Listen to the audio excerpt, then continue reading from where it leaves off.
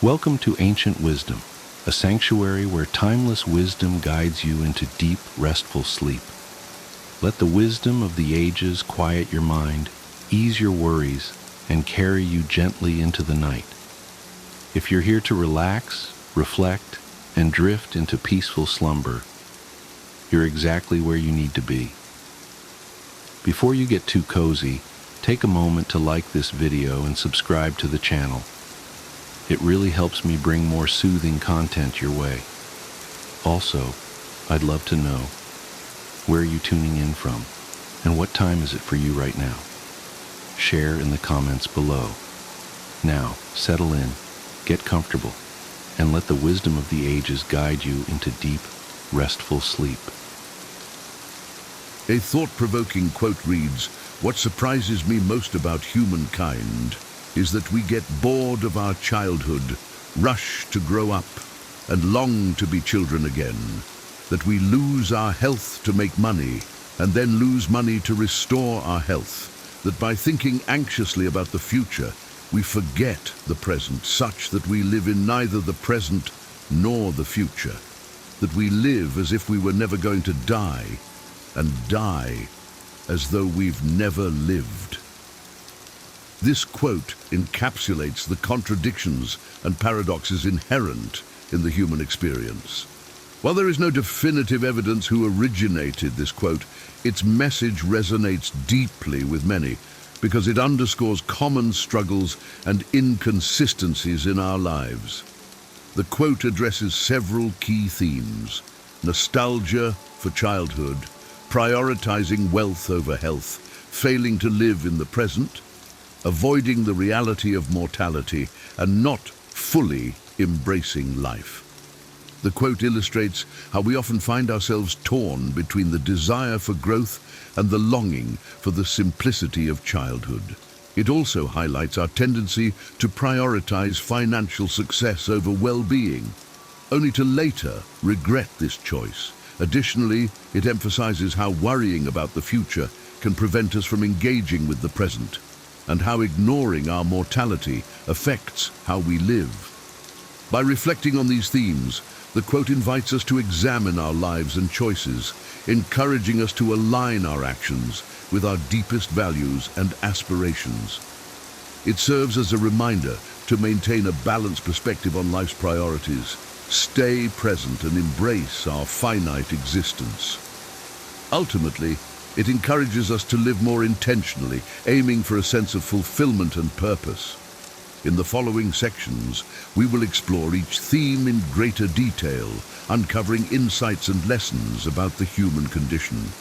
This deeper examination aims to help us understand ourselves and our world better, and to find ways to live more authentically and meaningfully.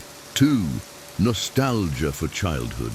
A striking paradox in the quote is our tendency to rush through childhood, eager to grow up, only to later long for the simplicity and joy of youth. This sentiment is widely relatable, as many adults look back on their childhood with nostalgia, yearning to recapture its carefree spirit.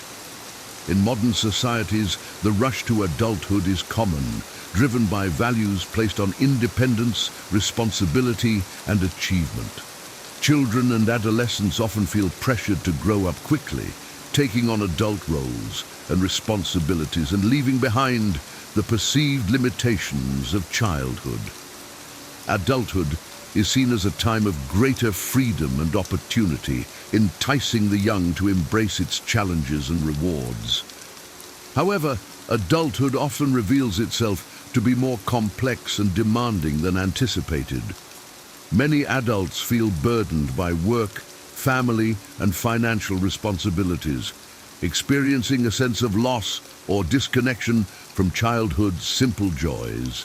This longing for the freedom, creativity, and wonder of youth reflects a deep nostalgia for a time when life seemed less complicated and more full of possibilities. This paradox emphasizes the importance of cherishing childhood qualities throughout our lives. While personal growth and development are necessary, we should not lose touch with the playfulness, curiosity, and openness of childhood. By maintaining these qualities, we can infuse our adult lives with joy, creativity, and resilience, balancing responsibilities with simple pleasures and wonders. Nostalgia for childhood, as expressed in the quote, reminds us to nurture a childlike spirit. It encourages us to embrace the present, find joy in simple things, and approach life with curiosity and wonder. By doing so, we create a balanced and fulfilling existence, honoring adulthood's wisdom while cherishing childhood's magic and possibility. 3. Prioritizing wealth over health. Another significant theme in the quote is the tendency for individuals to prioritize wealth and financial success over their physical and mental well-being. The passage suggests that we often lose our health to make money, only to later find ourselves forced to lose money to restore our health. This observation highlights a pervasive and troubling trend in modern society, where the pursuit of material wealth and professional achievement often comes at the expense of personal health and happiness.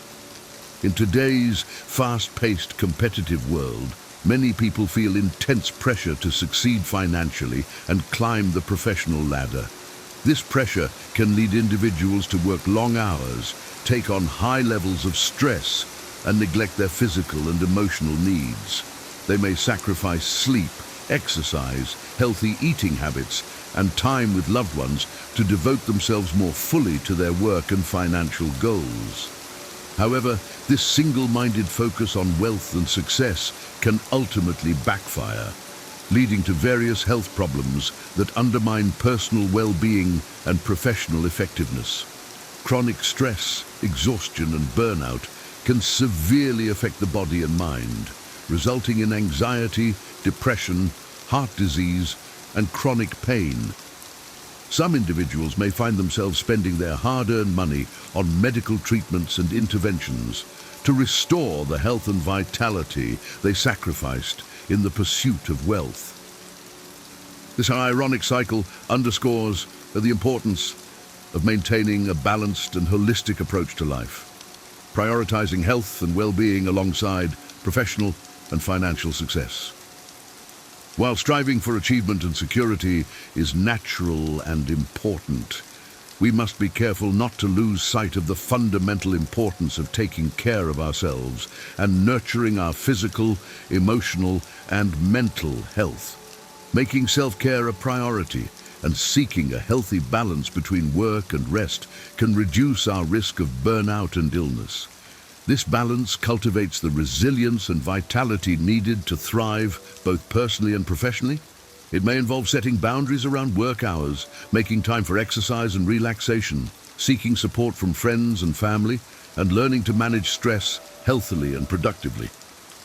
Ultimately, the quote reminds us that true wealth and success are about more than just financial gain or professional achievement. They are about creating a life of meaning, purpose, and fulfillment, one that allows us to thrive both internally and externally. By prioritizing our health and well-being, we can build the foundation for a rich and rewarding existence, enabling us to enjoy the fruits of our labor and live life to the fullest. 4. Failing to live in the present. The quote also addresses the human tendency to become preoccupied with anxious thoughts about the future, causing us to forget the present and live neither in the present nor the future. This highlights a common struggle faced by many in today's fast-paced, uncertain world, where the pressure to plan, prepare, and anticipate future challenges often overshadows the importance of living fully in the present moment. In our efforts to secure a better future for ourselves and our loved ones, we may find ourselves constantly thinking ahead, worrying about potential problems or obstacles, and trying to control or predict outcomes that are ultimately beyond our control. This future-oriented mindset can lead to chronic stress, anxiety, and a sense of disconnection from the present moment, as we become more focused on what might happen than on what is actually happening around us. The problem with this approach is that it can prevent us from fully engaging with and appreciating the richness and beauty of the present moment. When we are constantly worrying about the future, we may miss out on opportunities for joy, connection, and growth that are available to us right now. We may fail to notice the small pleasures and wonders of daily life, or to give our full attention and presence to the people and experiences that matter most to us. Moreover, living in a state of anxious anticipation can undermine our ability to create a fulfilling future for ourselves. By failing to engage with the present moment, we may miss out on valuable opportunities for learning, growth, and development that could help us build the skills, relationships, and resources needed to thrive in the future. We may also become so paralyzed by fear and uncertainty that we fail to take the necessary risks and actions to pursue our goals and dreams. The solution to this challenge is to cultivate a greater sense of mindfulness and presence in our daily lives. This means learning to notice and appreciate the richness and complexity of the present moment without judgment or distraction. It means developing the ability to observe our thoughts and feelings without getting caught up in them, and to respond to challenges and opportunities with clarity, creativity, and compassion. By practicing mindfulness and presence, we can reduce our stress and anxiety and develop a greater sense of resilience and adaptability in the face of change and uncertainty. We can also cultivate deeper and more meaningful connections with others as we learn to listen, communicate, and relate with greater empathy and understanding. Ultimately, the quote reminds us that true happiness and fulfillment come from living fully and authentically in the present moment, while also working towards a meaningful and purposeful future. By finding a healthy balance between planning and preparation and staying grounded in the here and now, we can create a life that is rich, rewarding, and truly worth living. 5. Failing to confront mortality. One of the most profound and unsettling observations in the quote is the idea that we often live as if we were never going to die, only to find ourselves dying as though we've never lived. This stark contrast highlights a fundamental paradox of the human experience, rooted in our deep-seated fear and avoidance of death, and our reluctance to confront the finite nature of our existence. In many ways, the human tendency to avoid thinking about death is understandable and even adaptive. The awareness of our mortality can be a source of great anxiety, uncertainty, and existential dread, potentially paralyzing us from living fully and freely in the present moment. By pushing thoughts of death out of our conscious awareness, we may feel more able to focus on daily tasks and challenges, maintaining a sense of normalcy and stability in the face of an unknowable future. However, as the quote suggests, avoiding death can profoundly and negatively affect how we live our lives. When we fail to confront our mortality, we may become complacent, detached, or even reckless in our attitudes and behaviors. We may take our lives and relationships for granted, assuming we will always have more time to pursue our goals, express our feelings, or make amends for our mistakes. We may also become more focused on superficial or materialistic pursuits rather than cultivating deeper sources of meaning, purpose, and connection. Moreover, when we live in denial of our mortality, we may find ourselves woefully unprepared for the inevitable challenges and losses that come with aging, illness, and death. We may struggle to find comfort, support, or meaning in the face of these profound existential crises and feel a deep sense of regret or despair over the choices and priorities that defined our lives. The solution to this challenge is not to become morbidly preoccupied with death, but rather to cultivate a healthy and realistic attitude towards our mortality. This means acknowledging the finite nature of our existence and using this awareness as motivation and inspiration to live more fully, authentically, and purposefully in the present moment. It means cherishing our relationships, pursuing our passions, and making a positive difference in the world, understanding that our time on this earth is limited and precious. By confronting our mortality, we can also develop greater empathy, compassion, and understanding for the struggles and suffering of others. We can recognize the universal nature of death and loss, and offer support, comfort, and connection to those grieving or facing the end of life. We can also advocate for greater social and cultural awareness of death and dying, and more compassionate and holistic approaches to end-of-life care. Ultimately, the quote reminds us that the key to a fulfilling and meaningful life is not to avoid or deny death, but to embrace it as a natural and inevitable part of the human experience. By living with the awareness of our mortality, we can cultivate greater presence, purpose, and compassion in our lives, and create a legacy of love, wisdom, and service that endures beyond our brief time on this earth. 6. Not truly living. The final theme addressed in the quote is the idea that by failing to confront death and embrace life fully, we may reach the end of our lives only to realize that we have never truly lived. This observation serves as a powerful and poignant reminder of the importance of living authentically, purposefully, and with intention, rather than simply going through the motions or pursuing superficial goals and distractions. When we fail to confront our mortality and grapple with the deeper questions and challenges of existence, we may live a life disconnected from our true values, passions, and potential.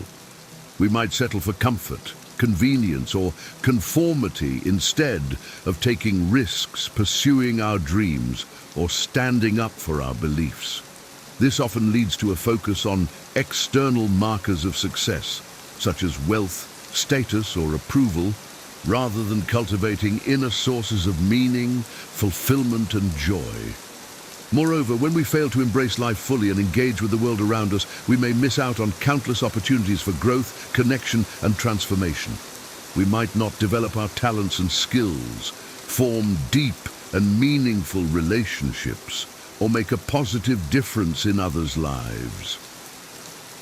Consequently, we may become more isolated, anxious, or depressed, struggling to find purpose or belonging in an increasingly complex and uncertain world. This disconnection often results in regret, emptiness, or despair, especially as we approach the end of our lives. We might look back on our choices and priorities with sadness, frustration, or anger, knowing we squandered precious time and energy on pursuits that brought little joy or fulfillment. We may also feel a deep longing for the life we could have lived had we been more courageous, authentic, and intentional in our choices and actions. The solution to this challenge is to embrace life fully and wholeheartedly with all its joys, sorrows, and uncertainties. This means taking risks, pursuing our passions, and living in alignment with our deepest values and aspirations. It involves cultivating meaningful relationships, contributing to our communities, and making a positive difference in the world around us. It also means learning to accept and even embrace life's impermanence and unpredictability, recognizing that each moment is a precious gift and an opportunity for growth and transformation. By living fully and authentically, we can create a life that is rich, rewarding, and truly worth living. We can develop a sense of purpose, meaning, and fulfillment that sustains us through even the darkest and most challenging times, and allows us to face the end of life with peace, gratitude, and acceptance. Additionally, we can inspire and empower others to live more fully and authentically, creating a ripple effect of positive change and transformation in the world around us.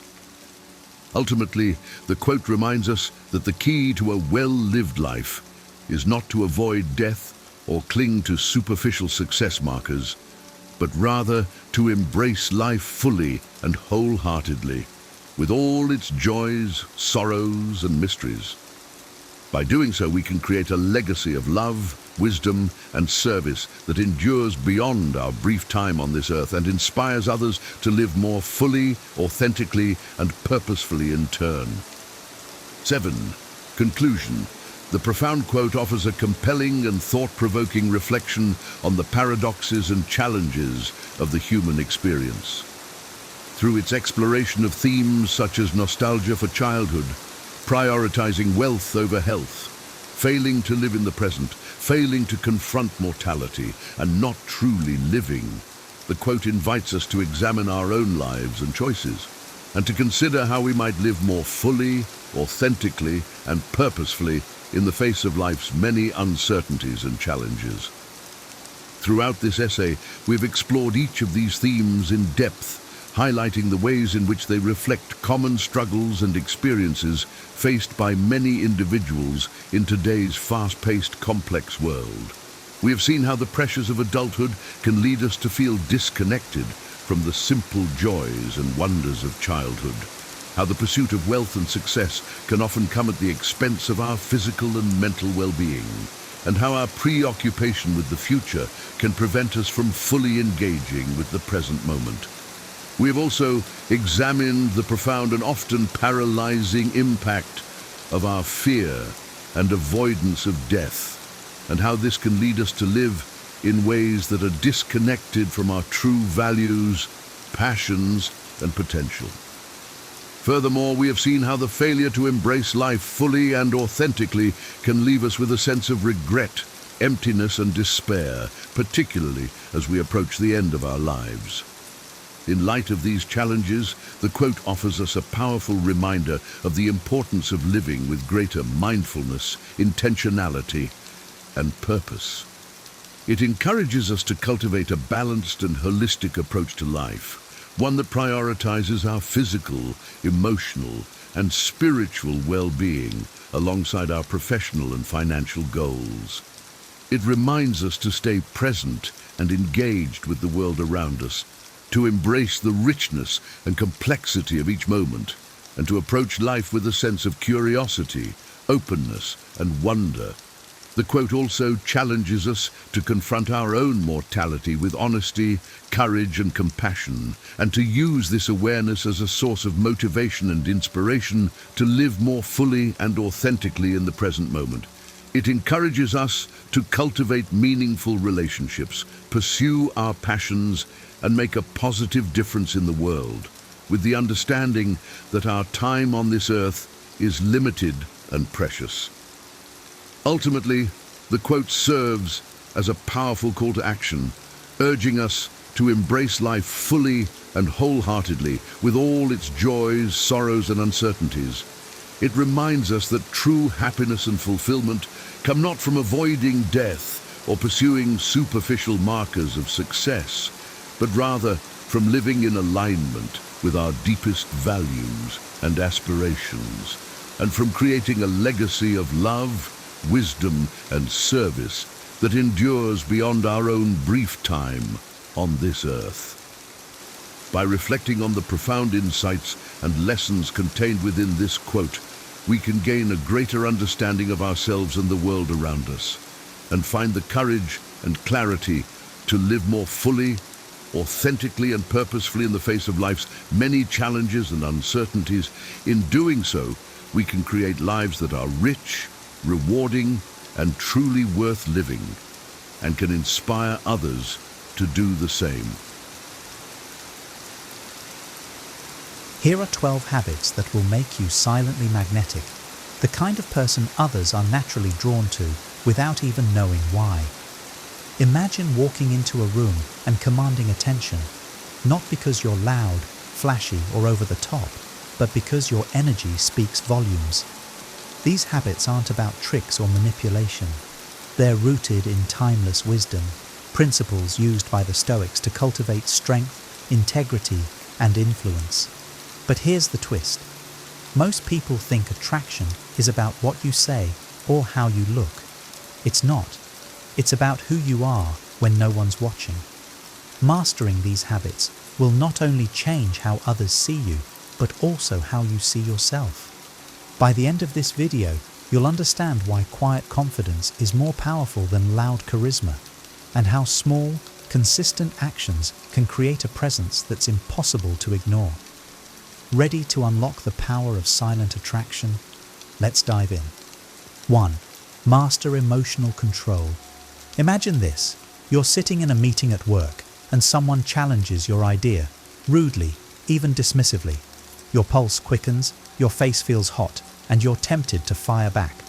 But instead, you pause, take a breath, and respond calmly, even thoughtfully. That's mastery over emotional control, and it's a skill that changes everything. The Stoics taught us that our emotions, while natural, should never control us. Marcus Aurelius said, "You have power over your mind, not outside events. Realize this, and you will find strength." The world is full of provocations, some intentional, others accidental, but how we respond is entirely up to us. When you master emotional control, you become a pillar of stability in a chaotic world. People are naturally drawn to those who don't flinch in the face of adversity, who can weather storms without becoming a storm themselves. It's not about suppressing your feelings, it's about acknowledging them without letting them dictate your actions. Think about someone you admire for their composure. They radiate an unshakable confidence, don't they? That's because emotional control signals strength. It shows you're grounded, self-assured, and dependable. And in a world starved for stability, those qualities make you magnetic. Mastering yourself is step 1 to mastering life. 2. Listen with intent. Picture this. You're having a conversation, and the other person isn't just waiting for their turn to talk. They're truly listening, nodding, making eye contact, asking thoughtful questions. How does that make you feel? Valued, seen, understood. Now imagine being that person for someone else. The Stoics, especially Epictetus, emphasized the importance of listening. He said, "We have 2 ears and 1 mouth so that we can listen twice as much as we speak." Listening with intent is not just a skill, it's a gift. It's how you tell others, without words, that they matter. When you truly listen, people feel an unspoken connection with you. They open up, trust grows, and relationships deepen. And here's the thing, it's rare. Most people are too consumed with their own thoughts to really hear someone else. By doing the opposite, you silently set yourself apart. Start small. In your next conversation, put down your phone. Look the person in the eye. Resist the urge to interrupt. It's not just about understanding their words, it's about hearing their heart. Over time, this habit not only strengthens your relationships, but also makes you a person others naturally gravitate toward. 3. Be consistent in your values. Imagine a friend who always keeps their word. When they promise to show up, they do. When they commit to something, they follow through. Doesn't that kind of reliability make them stand out in a world where flakiness is the norm? The Stoics believed that living consistently with your values is the essence of a good life. Seneca wrote, "It is not the man who has too little, but the man who craves more, that is poor." In other words, integrity comes from within, not from external circumstances. It's about staying true to your principles, no matter the cost. When you're consistent in your values, people trust you. They know where you stand and what you stand for. You become a person of substance, someone who doesn't sway with the wind of public opinion or convenience. And trust, once earned, is a powerful form of silent attraction. Take stock of your values. Are you living in alignment with them? If not, adjust your actions. Consistency doesn't require perfection, it requires commitment. Over time, this habit not only builds your character, but also draws others to you in ways you can't force or fake. 4. Speak less, act more. Think about the people you admire most. Are they the ones who talk endlessly about their goals and ambitions, or are they the ones who quietly achieve them? Actions, as the saying goes, speak louder than words, and this truth is timeless. The Stoics lived by this principle. Marcus Aurelius wrote, "Waste no more time arguing about what a good man should be. Be one." Talking is easy, doing is hard, but it's in the doing that you earn respect and admiration. People are drawn to those who let their actions speak for themselves. Consider this. If you consistently show up for others, keep your commitments, and follow through on your promises, you won't need to tell people who you are. They'll already know. In a world of empty words, your deeds become a beacon of authenticity. Challenge yourself to say less and do more. When tempted to boast or justify, pause. Let your actions reveal your character. Over time, this silent strength not only builds your credibility, but also attracts people who value substance over style. It's not about being flashy. It's about being real, and that's magnetic. 5. Exude gratitude. Imagine you're walking down the street and a stranger holds the door open for you. Instead of rushing past, you pause, smile, and say, "Thank you." That small moment of gratitude not only lifts your mood, but also leaves a positive impression on the other person. Now imagine living every day with that mindset. The Stoics emphasized gratitude as a cornerstone of a fulfilling life. Seneca wrote, "It is not happiness that makes us grateful, but gratefulness that makes us happy."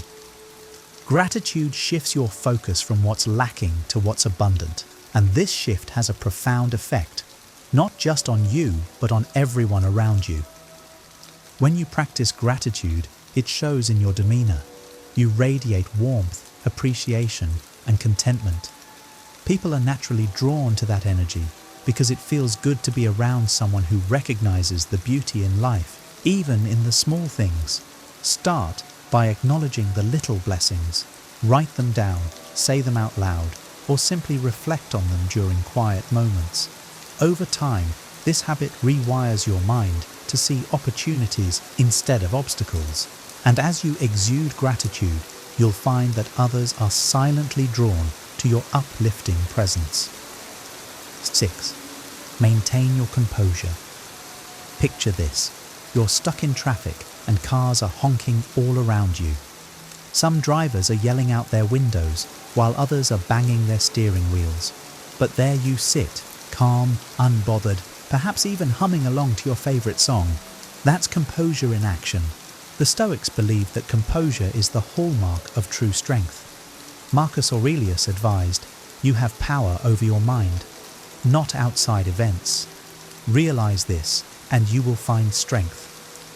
The world will test you with challenges, delays, and irritations, but your reaction is entirely within your control. When you maintain your composure, you signal to others that you're grounded and resilient. It's not about suppressing your emotions, but rather mastering them. In a world where many people are quick to anger or panic, your calmness becomes a rare and attractive quality. Practice composure in small moments, a rude comment, a delayed appointment, or a minor setback. Each time you remain steady, you're building the muscle of self-control. Over time, this quiet strength will not only improve your life, but also draw others who admire your unshakable demeanor. 7. Develop deep self-awareness. Think back to a time when you overreacted. Maybe you snapped at someone, only to realize later that it wasn't really about them, but about something you were struggling with internally. That realization is self-awareness, and it's a skill that transforms how you interact with the world. The Stoics urged self-awareness as a lifelong practice. Epictetus said, "Know, first, who you are, and then adorn yourself accordingly." Understanding your thoughts, emotions, and triggers allows you to navigate life with clarity and purpose. Without this awareness, you're at the mercy of your impulses. When you develop deep self-awareness, you exude a quiet confidence. You understand your strengths and weaknesses, and you don't need external validation to feel secure. This authenticity is magnetic because it shows you're comfortable in your own skin.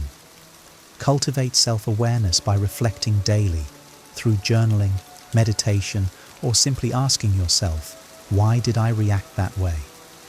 Over time, this habit will help you grow emotionally and mentally. And as you deepen your understanding of yourself, you'll notice that others are naturally drawn to your genuine and grounded presence. 8. Live with purpose. Imagine waking up every day with a clear sense of direction. Your actions feel meaningful and your time is spent on what truly matters. Now contrast that with drifting aimlessly, letting distractions dictate your days. The difference? Purpose. The Stoics placed immense value on living with intention. Marcus Aurelius wrote, "People who labor all their lives but have no purpose to direct every thought and impulse are wasting their time, even when hard at work." Purpose is the anchor that keeps you steady amidst life's chaos. When you live with purpose, it shows. People notice your focus, your drive, and your ability to prioritize what's meaningful over what's trivial. This quiet determination is irresistibly attractive because it's rare in a world filled with distractions. To cultivate purpose, reflect on your values and long-term goals. Ask yourself, what do I want my life to stand for? Then align your actions with your answers.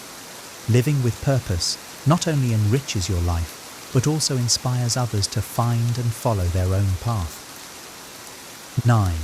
Respect everyone. Expect nothing. Picture this, you hold the door open for someone, and they walk through without even a glance of acknowledgement. Most people would feel slighted, but what if you didn't? What if your act of kindness wasn't dependent on their response? That's true respect. Epictetus advised, "Do not expect events to turn out the way you want, but welcome events in whichever way they happen." When you respect others without demanding anything in return, you demonstrate strength of character. Respect given freely, without expectation, comes from a place of abundance. This habit is magnetic because it's so uncommon. Most people operate on a give-and-take basis. By breaking that pattern, you stand out as someone who values others for who they are, not for what they can do for you. Start by practicing small acts of kindness without seeking recognition. Smile at a stranger, lend a hand, or offer a kind word. Over time, you'll notice that this quiet respect not only makes others feel valued, but also makes you someone they respect in return. 10. Focus on your growth. Imagine watching someone dedicate themselves to learning a new skill, improving their health, or overcoming a personal challenge. It's inspiring, isn't it? Growth is contagious. It motivates others and makes them want to be around you. The Stoics believed in constant self-improvement.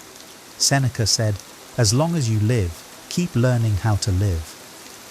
Growth isn't about perfection, it's about progress. When you focus on bettering yourself, you silently communicate that you value your potential. Personal growth also creates a sense of quiet confidence. You don't need to brag about your achievements because they're evident in how you carry yourself. People are naturally drawn to someone who is on a journey of self-betterment. Identify one area of your life you'd like to improve: your health, your skills, or your mindset. Commit to small, consistent steps. As you grow, you'll not only enhance your own life, but also inspire and attract others who recognize and admire your dedication. 11. Hold strong boundaries. Picture someone who always says yes to every request, even when it's inconvenient or goes against their priorities. Over time, they become overwhelmed and resentful. Now imagine someone who can say no with kindness but firmness. Which one do you respect more? The Stoics understood the value of boundaries. Marcus Aurelius advised, "Be tolerant with others and strict with yourself." Boundaries are not walls, They're guidelines that protect your time, energy, and values. When you set and enforce them, you show others that you respect yourself. Holding strong boundaries makes you magnetic because it communicates self-worth. People are drawn to those who know their limits and prioritize what truly matters.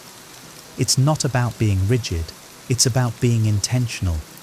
Practice saying no when something doesn't align with your priorities. Do it respectfully, but confidently. Over time, you'll notice that others respect you more, and you'll have more energy to invest in what's truly important. 12. Radiate calm confidence. Think of someone who enters a room without rushing, without fidgeting, and without needing to be the center of attention. They're not loud, but their presence is felt. That's calm confidence, and it's one of the most attractive qualities you can cultivate. The Stoics believed that true confidence comes from within. Epictetus taught, "He who is not a slave to external circumstances is truly free." When your sense of self isn't dependent on others' opinions or external achievements, you exude an unshakable calm. This kind of confidence isn't about arrogance or bravado. It's about being secure in who you are. People are drawn to this because it creates a sense of safety and trust. To radiate calm confidence, start by grounding yourself in your values and achievements. Practice mindfulness to stay present and composed. Over time, this inner strength will become a natural part of how you carry yourself. And as you move through life with quiet assurance, you'll notice others are drawn to your presence without you needing to say a word. Mastering these 12 habits isn't just about attracting others, it's about becoming the best version of yourself. As the Stoics teach, true power lies within, and when you cultivate these habits, you radiate strength, authenticity, and calm confidence. People can't help but be drawn to that. Now, I'd love to hear from you. Which habit resonated with you the most? Do you already practice some of these, or is there one you're excited to start working on? Share your thoughts and takeaways in the comments below. I read every single one and would love to hear your perspective. If you found this video helpful, please give it a thumbs up. It really helps the channel reach more people who can benefit from this wisdom. And don't forget to subscribe for more videos that unlock ancient wisdom for modern life. Share this video with someone who might need a little inspiration today. Thank you for watching, and remember, greatness is built in silence, one habit at a time. See you in the next video. Here are 10 ways to stop people from disrespecting you and take control of how you're treated starting today. Ever felt the sting of someone cutting you off mid-sentence or dismissing your opinions like they don't matter? It's frustrating, isn't it? But here's the truth. People will treat you how you allow them to treat you. In the next few minutes, you'll learn the exact strategies to stop disrespect in its tracks and earn the respect you deserve in every area of your life. Here's where it gets interesting. Most people think respect comes naturally or that you have to demand it aggressively. That's a mistake. The real secret? It starts with subtle shifts in how you communicate, how you set boundaries, and even how you carry yourself. One of these tips is so simple yet so powerful that it can transform how people treat you today. But before we dive in, here's what you need to know.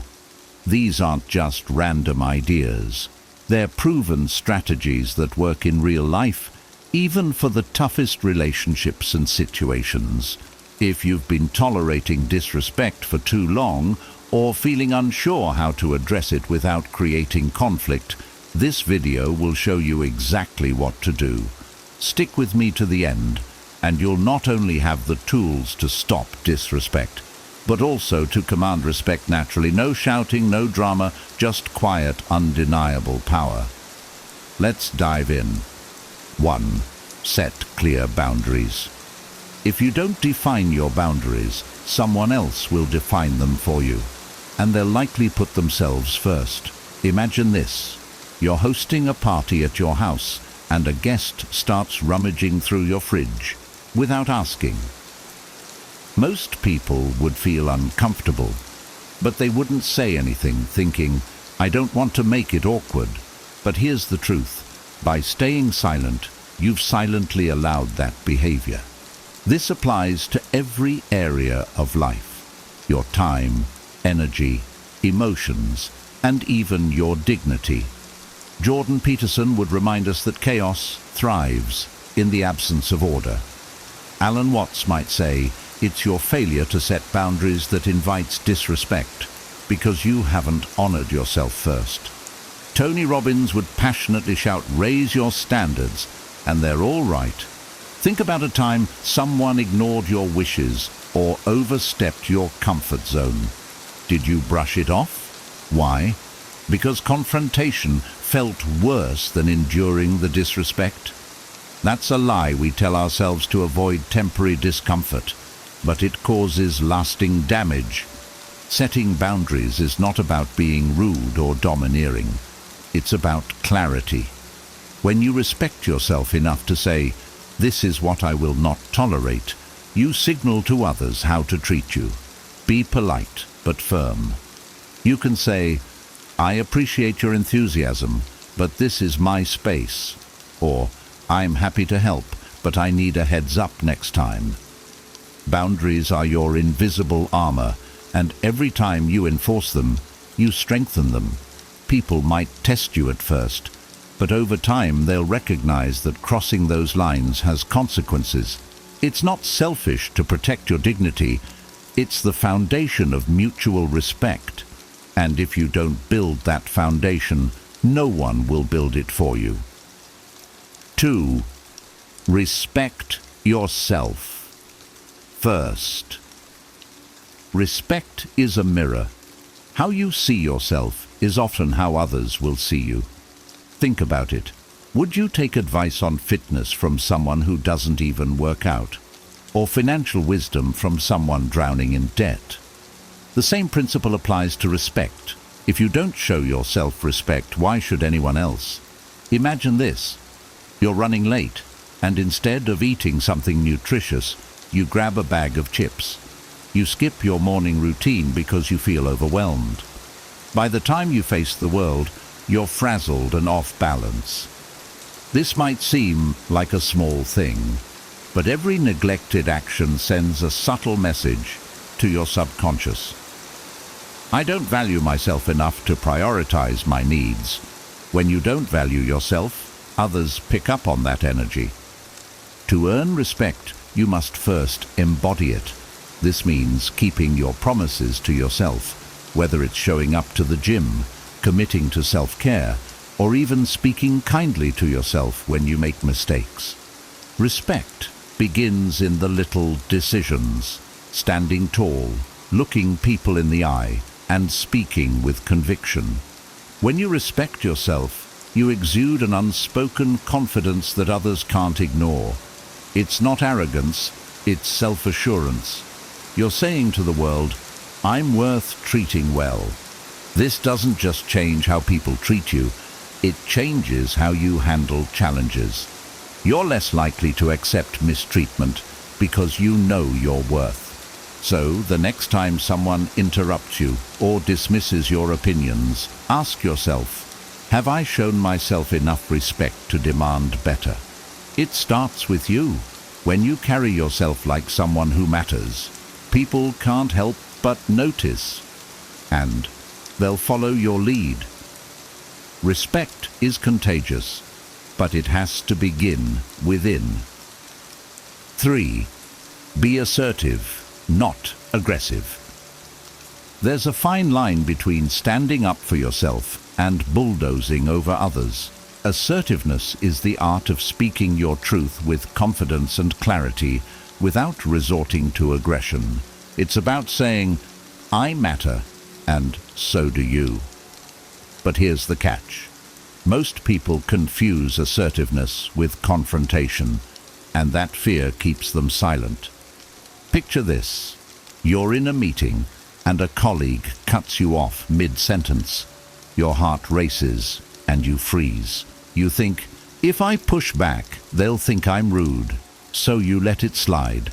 But later you replay the moment over and over, frustrated not just with them, but with yourself. The truth is, assertiveness doesn't have to create conflict. Instead of snapping back with, "Can you stop interrupting me?" you could calmly say, "I'd like to finish my point, then I'm happy to hear your thoughts." Notice the difference?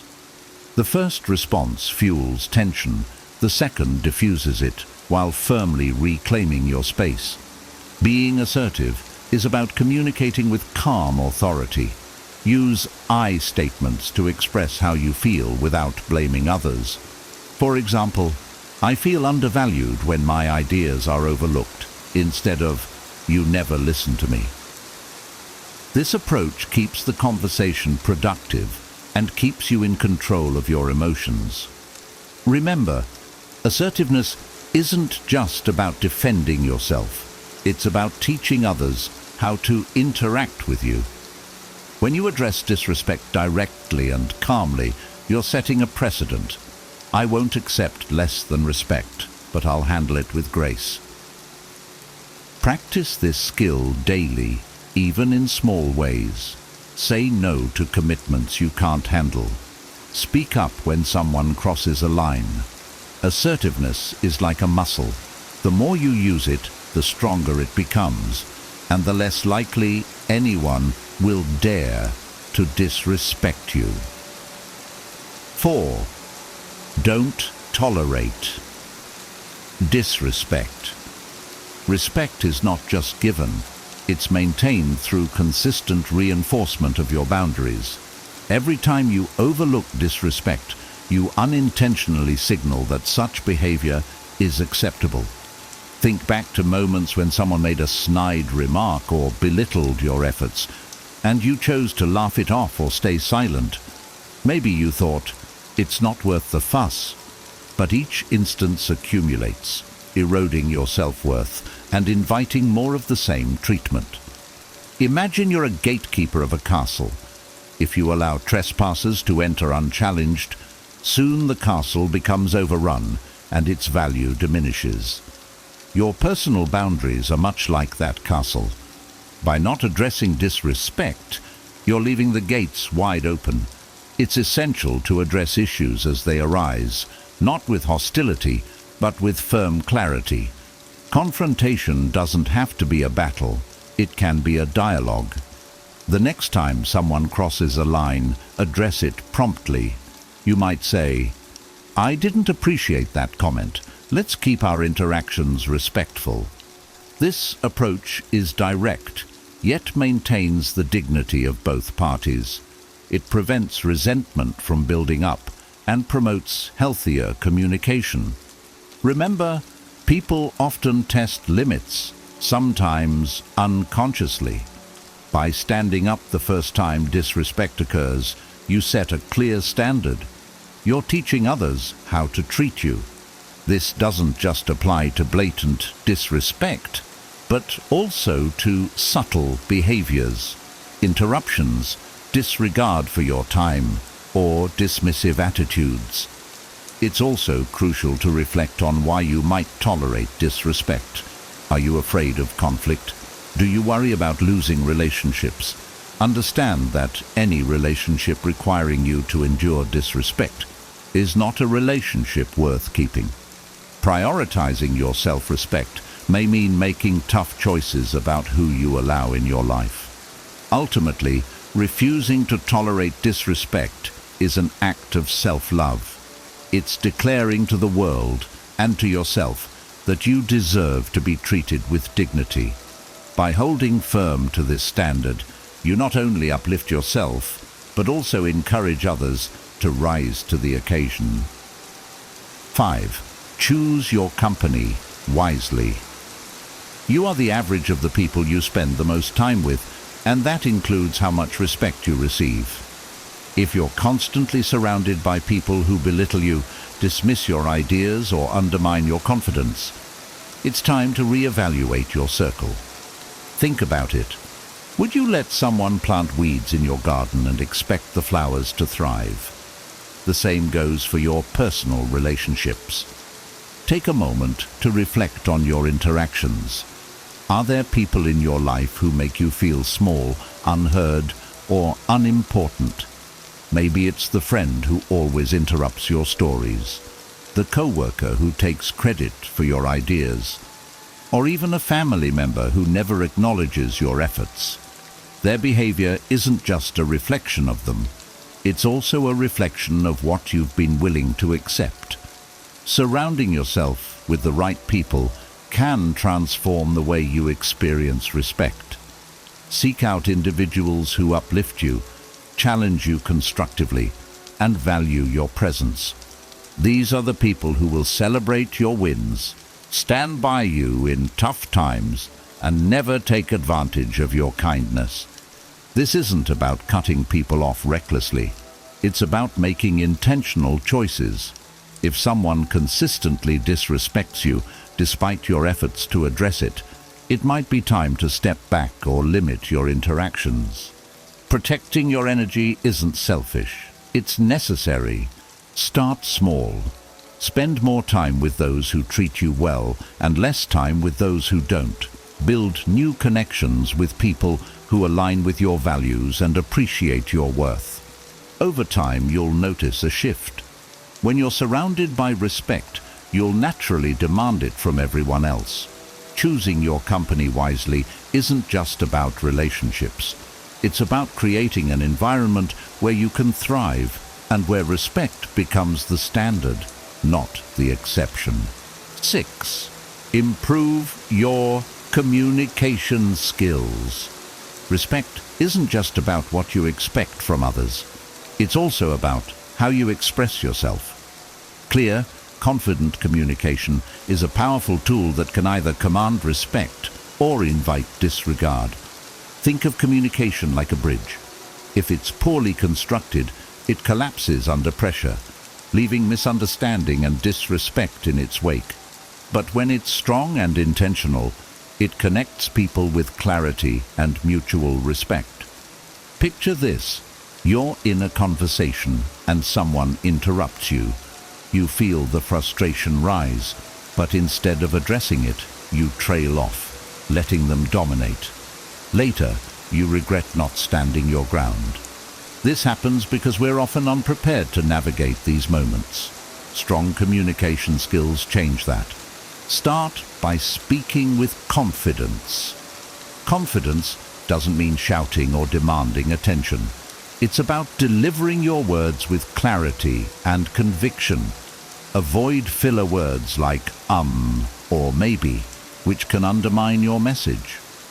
For example, instead of saying, "I guess I'd like to share something," say, "I have a point I'd like to make." Simple shifts like this can dramatically alter how others perceive you. Active listening is equally important. When you truly listen, you show respect to others, and they're more likely to reciprocate. Maintain eye contact, nod to show engagement, and respond thoughtfully. This creates a foundation of mutual respect that makes it easier to demand the same. Finally, learn to manage your tone. A calm, steady voice conveys authority and self-assurance. Even when addressing disrespect, avoid raising your voice or sounding defensive. Instead, use assertive but respectful language like, "I'd appreciate it if we could keep this discussion constructive." Mastering communication takes practice, but it's one of the most effective ways to stop people from disrespecting you. When you articulate your thoughts with clarity, confidence, and respect, you'll naturally earn the same in return. 7. Lead by example. Respect is a two-way street, and the best way to teach others how to treat you is to model that behavior yourself. Think of it this way. If you want to be respected, you must first show respect, not just to others, but also in how you carry yourself and interact with the world. People take their cues from you, and your actions set the tone for the relationships around you. Imagine you're at work and a heated discussion unfolds. Instead of jumping in with accusations or letting frustration dictate your tone, you take a breath, listen actively, and respond thoughtfully. By maintaining composure and respecting everyone involved, you subtly communicate, "This is how I expect to be treated too." When you lead with respect, you're teaching others that you value yourself and those around you. This could mean being punctual to meetings, showing gratitude, or acknowledging others' contributions.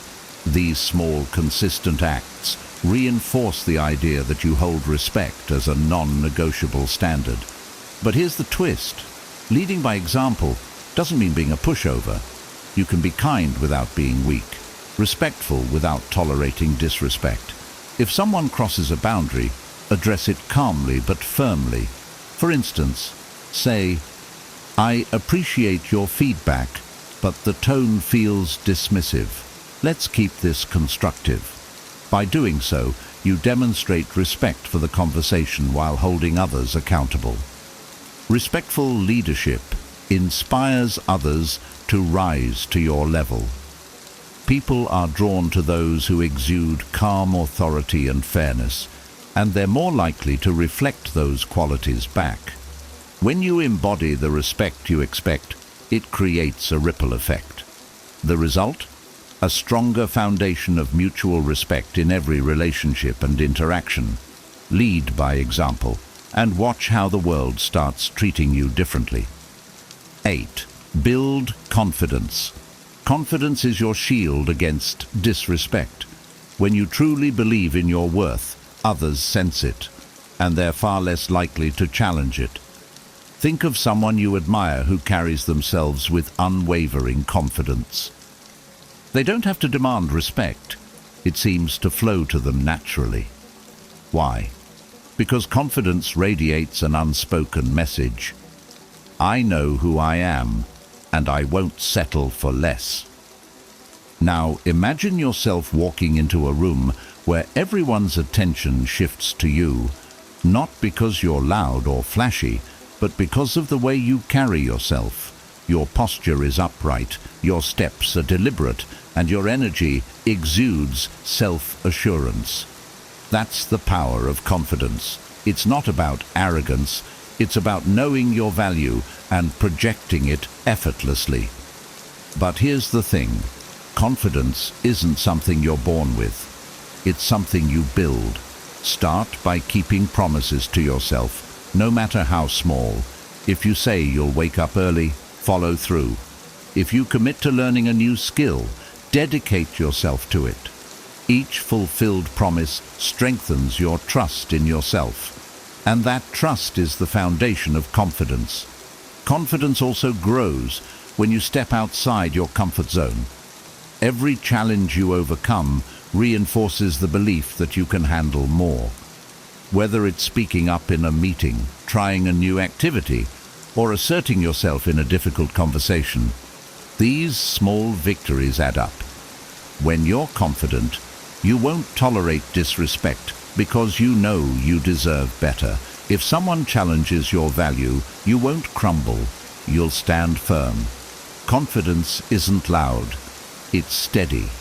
It's not about proving others wrong, but about knowing deep down that you're right to demand respect. Build it piece by piece, and you'll find that disrespect doesn't just bounce off your shield, it stops showing up at all. 9. Stand up for yourself. There comes a moment when you need to draw the line, not with anger, but with unwavering resolve. Standing up for yourself isn't about being combative. It's about showing others and yourself that you refuse to accept disrespect. The truth is, the way you respond in those crucial moments defines how people will treat you moving forward. Think about a time when someone spoke to you in a way that made you feel small or dismissed. Maybe you laughed it off or said nothing, thinking, it's not worth the trouble. But afterward, that moment lingered in your mind, replaying like a broken record. That frustration wasn't just about their words, it was about your silence. Standing up for yourself isn't easy, but it's essential. When someone crosses the line, address it directly and calmly. For instance, if a co-worker interrupts you, say, "I wasn't finished speaking. Please let me complete my thought." Or if someone makes a hurtful comment, respond with, "That's not an acceptable way to speak to me." These are simple, powerful phrases that communicate your boundaries without escalating the situation. The key is composure. When you respond calmly, you're in control. People are far less likely to argue with someone who is firm but poised. Overreacting can undermine your message, but steady, respectful confrontation sends a clear signal. I respect myself, and I expect the same from you. Each time you stand up for yourself, you strengthen your confidence and reinforce your boundaries. It's not just about stopping disrespect in the moment. It's about reshaping how people perceive you. Over time, others will learn that you're not someone to be taken lightly, and you'll feel the quiet power of knowing you've reclaimed your dignity. 10. Walk away when needed. Sometimes the most powerful statement you can make is to remove yourself from a situation or relationship where disrespect persists. Walking away doesn't mean you've given up. It means you've chosen yourself. It's a declaration that your peace, dignity, and self-worth are non-negotiable. Imagine this. You've repeatedly asked someone to respect your boundaries, but they ignore you every time. You've tried to address the issue calmly, stood up for yourself, and given them opportunities to change. Yet, the disrespect continues. At some point, you have to ask yourself, what am I holding on to, and at what cost? Walking away isn't always easy, especially if it's a close friend, a partner, or even a long-time colleague. There's an emotional attachment, a history that makes letting go feel painful. But staying in a toxic situation is like clinging to a rope that's burning your hands. The longer you hold on, the more damage it does. When you walk away, you're reclaiming your power. It's a reminder to yourself and to others that you will not tolerate being treated poorly. This doesn't always mean cutting someone out completely. It could mean taking a step back, creating distance, or limiting your interactions to maintain your emotional health. In the end, walking away is an act of self-respect. It's not about punishing the other person. It's about protecting your own well-being. People who truly value you will notice and may even adjust their behavior. And for those who don't, let them go. Life is too short to invest in relationships or situations that drain you. By walking away when needed, you open the door for healthier, more respectful connections to enter your life. Remember, choosing yourself is never the wrong choice. Respect starts with you. And today, you've learned 10 powerful ways to stop people from disrespecting you and create the boundaries you deserve. Whether it's setting clear limits, standing up for yourself, or walking away when necessary. Each strategy is a step toward building the respect and confidence that will transform your life. Now it's your turn. Which of these strategies resonated with you the most? Have you ever faced a situation where you had to demand respect? I'd love to hear your thoughts and takeaways. Share them in the comments below. Let's start a conversation that inspires everyone in our community to live with dignity and strength. If you found this video valuable, don't forget to hit the like button, subscribe to the channel for more life-changing advice, and share this video with someone who could use these tips today. Your support helps us continue creating content that empowers and uplifts. Thank you for watching, and remember, respect yourself and the world will follow. See you in the next video. Have you ever felt overwhelmed by your emotions? Like you're on a constant roller coaster with no way to get off? What if I told you that an ancient philosophy holds the secrets to mastering your emotions and achieving a happier, more balanced life? Welcome to our journey into the fascinating world of Stoicism. In this video, we'll explore the top 5 Stoic rules for controlling your emotions, transforming your reactions, and navigating life's challenges with grace and wisdom. These time-tested techniques, practiced by ancient philosophers like Marcus Aurelius and Seneca, can empower you to become the master of your emotional landscape. So grab a pen and paper, because you'll definitely want to take notes on these life-changing insights.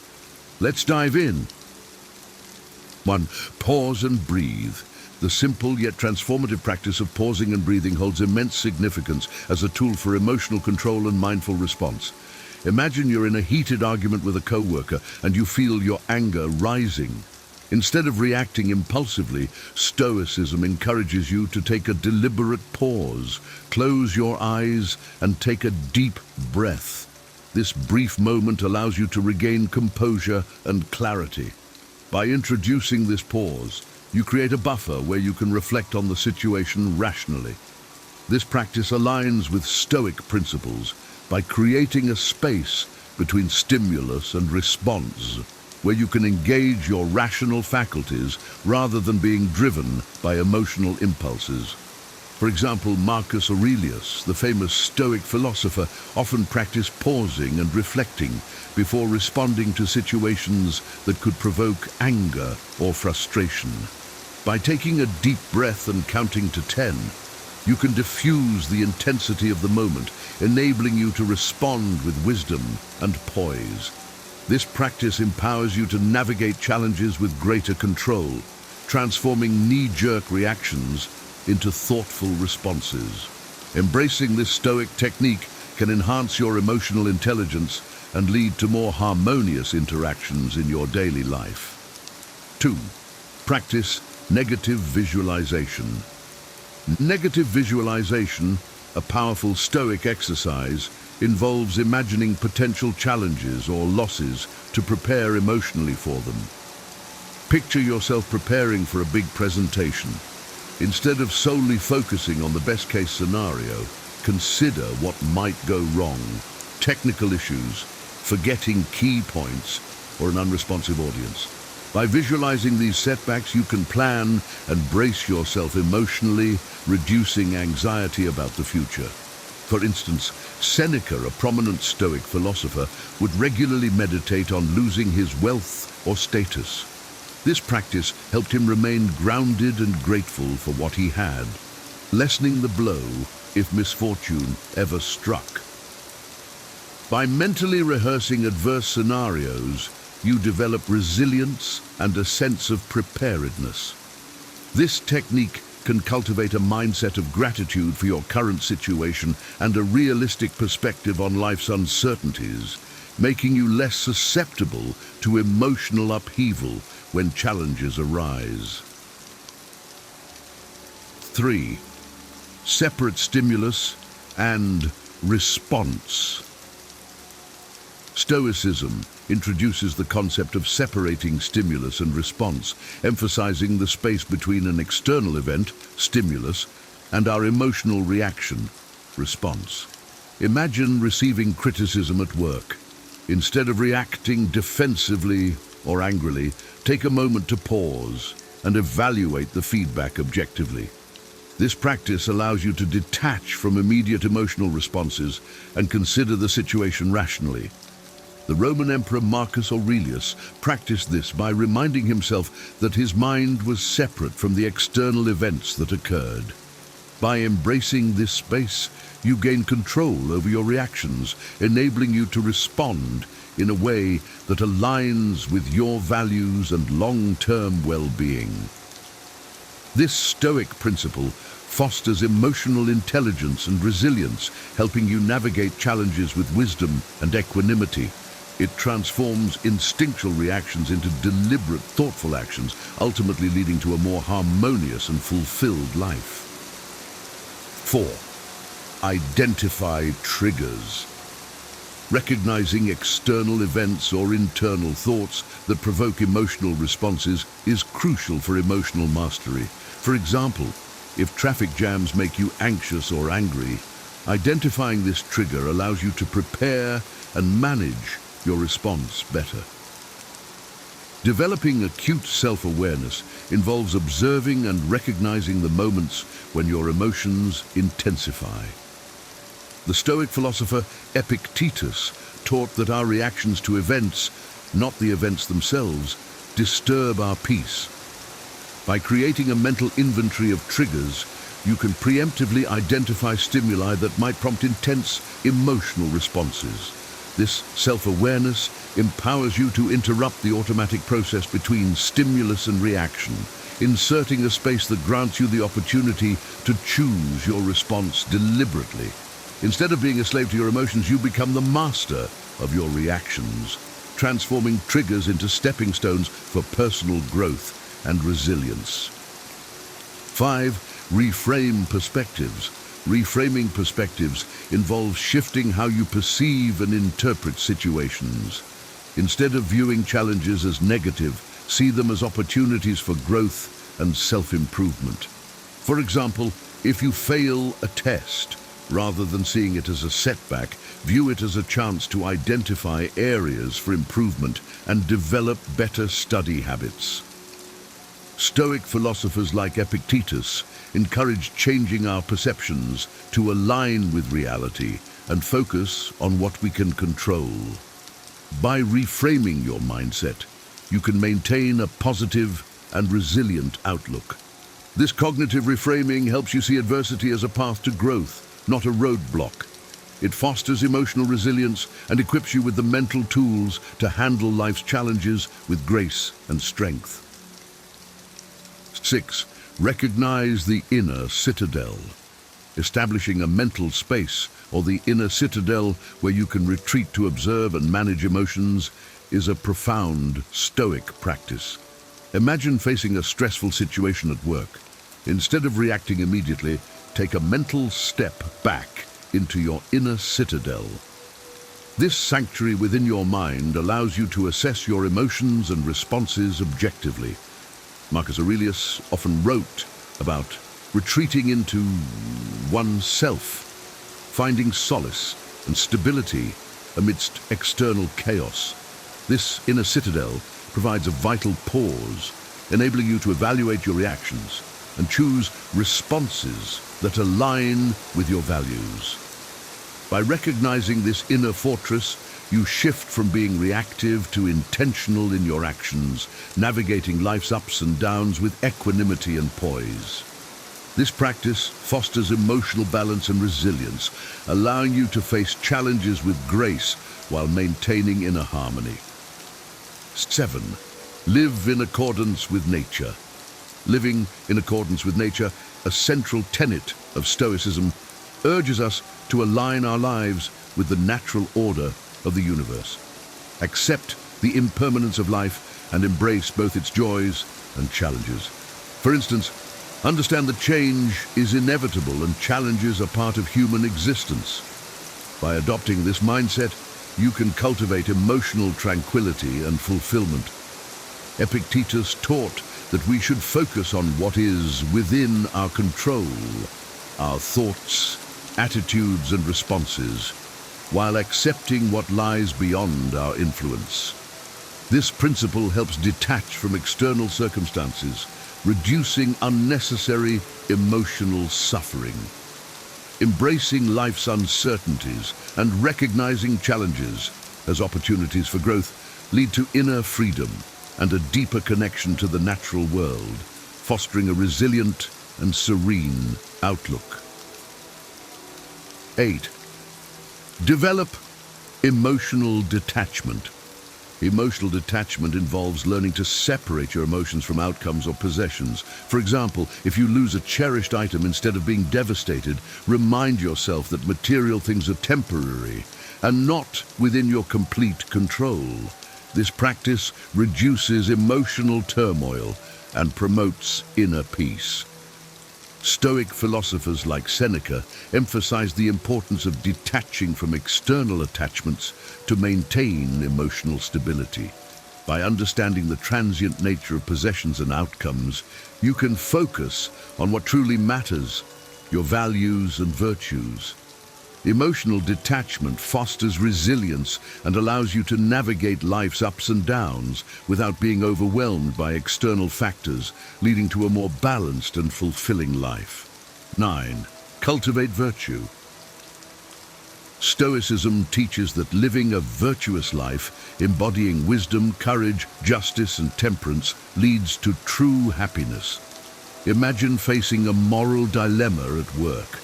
Instead of taking the easy way out, choose the path that aligns with your values of honesty and integrity. By focusing on moral excellence, you can foster emotional stability and fulfillment. Marcus Aurelius often reflected on the importance of virtue in his writings, emphasizing that true happiness comes from within, through the cultivation of virtuous character. By prioritizing virtue, you align your actions with your core values, leading to a more meaningful and contented life. This focus on virtue helps you navigate challenges with integrity, fostering a sense of inner peace and resilience. 10. Embrace the present moment. Stoicism emphasizes the importance of living in the present. For example, when spending time with loved ones, fully engage in the moment rather than worrying about past mistakes or future uncertainties. This practice enhances your emotional well-being and fosters a deeper connection with those around you. Seneca often advised against being consumed by worries about the past or future, advocating for mindfulness and presence in the current moment. By focusing on the here and now, you can reduce unnecessary anxiety and appreciate the beauty of the present. Embracing the present moment leads to a more centered and peaceful state of mind, allowing you to experience life's joys and challenges with greater clarity and gratitude. In summary, incorporating Stoic principles into your daily life can be a transformative journey toward emotional mastery and a happier existence. By practicing techniques like pausing and breathing, recognizing your inner citadel, and embracing the present moment, you can navigate life's ups and downs with grace and resilience. Remember, the power to control your emotions lies within you. By identifying triggers, reframing perspectives, and living in accordance with nature, you can foster a mindset of acceptance and intentionality. These ancient wisdoms not only help you manage your emotional responses, but also lead to personal growth and inner peace. 10. Verbal tricks to make an aggressive person. Sorry. Have you ever been caught off guard by someone's aggression, left speechless as they lash out, while you scramble for a way to defend yourself? Imagine walking away from those moments not overwhelmed or angry, but calm, collected, and leaving the aggressor rethinking their behavior. Today, I'll show you exactly how to do that. What if, instead of escalating the conflict or feeling like a victim, you had the tools to turn any confrontation into a moment of clarity and control? Inspired by the timeless principles of Stoicism, these 6 verbal techniques are designed to neutralize aggression without compromising your dignity. One of these strategies even transforms anger into an opportunity for deeper understanding, a shift that will surprise both you and the aggressor.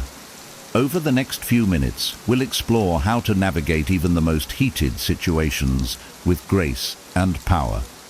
You'll learn how to dismantle hidden assumptions, respond to distorted words with precision, and use subtle techniques to turn the tide in any conversation. These aren't just tips, they're life-changing strategies that will leave you feeling unshakable and in control, no matter the situation. Let's dive in. 1. Pause before responding. I used to believe that quick, sharp responses showed strength in an argument, But over time, I realized that impulsive reactions often fueled more tension than they resolved. One moment stands out vividly in my memory. A co-worker publicly criticized my approach during a meeting. My first instinct was to snap back with a defense, but something stopped me. Instead, I took a breath, paused, and allowed the silence to settle. In that pause, something powerful happened. I calmed my emotions, and they began to look slightly uneasy, perhaps realizing their harshness. When I finally responded, I said, "I appreciate your perspective.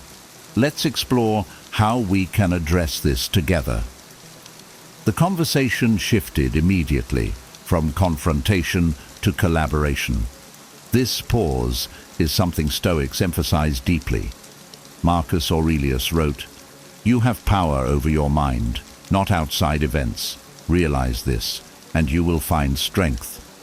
By pausing, I exercised control over my mind and refused to let the situation dictate my response. Pausing isn't a sign of weakness. It's a sign of mastery over oneself. It allows you to assess the situation, recognize your emotions, and respond thoughtfully. The next time someone provokes you, try this. Take a deep breath, count to 3, and consider what outcome you want before speaking. Often you'll find that a calm and deliberate response disarms aggression far more effectively than a hasty one. Practicing this habit has helped me navigate heated discussions with clarity and confidence. It's not about letting others win, it's about winning the battle within yourself. When you pause before responding, you remain grounded and in control, a hallmark of a Stoic mind. 2. Use visual imagery to convey deep messages. There was a time when I found myself caught in a heated argument with someone I deeply cared about. Their words were sharp, cutting me down with accusations I felt were unfair. My initial instinct was to fire back, to defend myself with equal intensity. But then I paused and remembered the power of imagery, a tool I had often seen work wonders. Instead of responding defensively, I took a deep breath and said, "You know, anger is like a wildfire. It can destroy everything in its path, but if we channel it carefully, it can also forge new ground for growth." The reaction was almost immediate. They stopped, their posture softened, and they began to truly listen. What I realized in that moment is that people often lash out because they feel unheard or misunderstood. By using a metaphor, I wasn't just trying to defend myself. I was offering them a new way to see the situation, a calmer, more constructive perspective. Stoicism teaches us to focus not on winning arguments, but on fostering understanding and maintaining our inner peace. Imagery is one of the most effective ways to do this. It bypasses the defenses of the mind and speaks directly to the heart, offering clarity without aggression. The next time you find yourself in a tense conversation, try using imagery. Instead of saying, "You're overreacting," you could say, "Emotions can be like waves. They come strong, but they also pass if we let them." This approach not only protects your tranquility, but also invites the other person to reflect and engage more thoughtfully. By practicing this Stoic technique, you'll find that your words don't just defend. You connect, heal, and inspire change. And that is the true power of wisdom in action. 3. Escape the trap of distorted words. I remember a moment when my words were twisted in a way that completely misrepresented my intentions. A friend I admired accused me of saying something I never intended, claiming, "So you're saying I'm a failure," when all I had done was suggest a different approach to a problem. My first instinct was to feel defensive, but I knew reacting emotionally would only escalate the situation. Instead, I calmly replied, "That's not what I meant at all.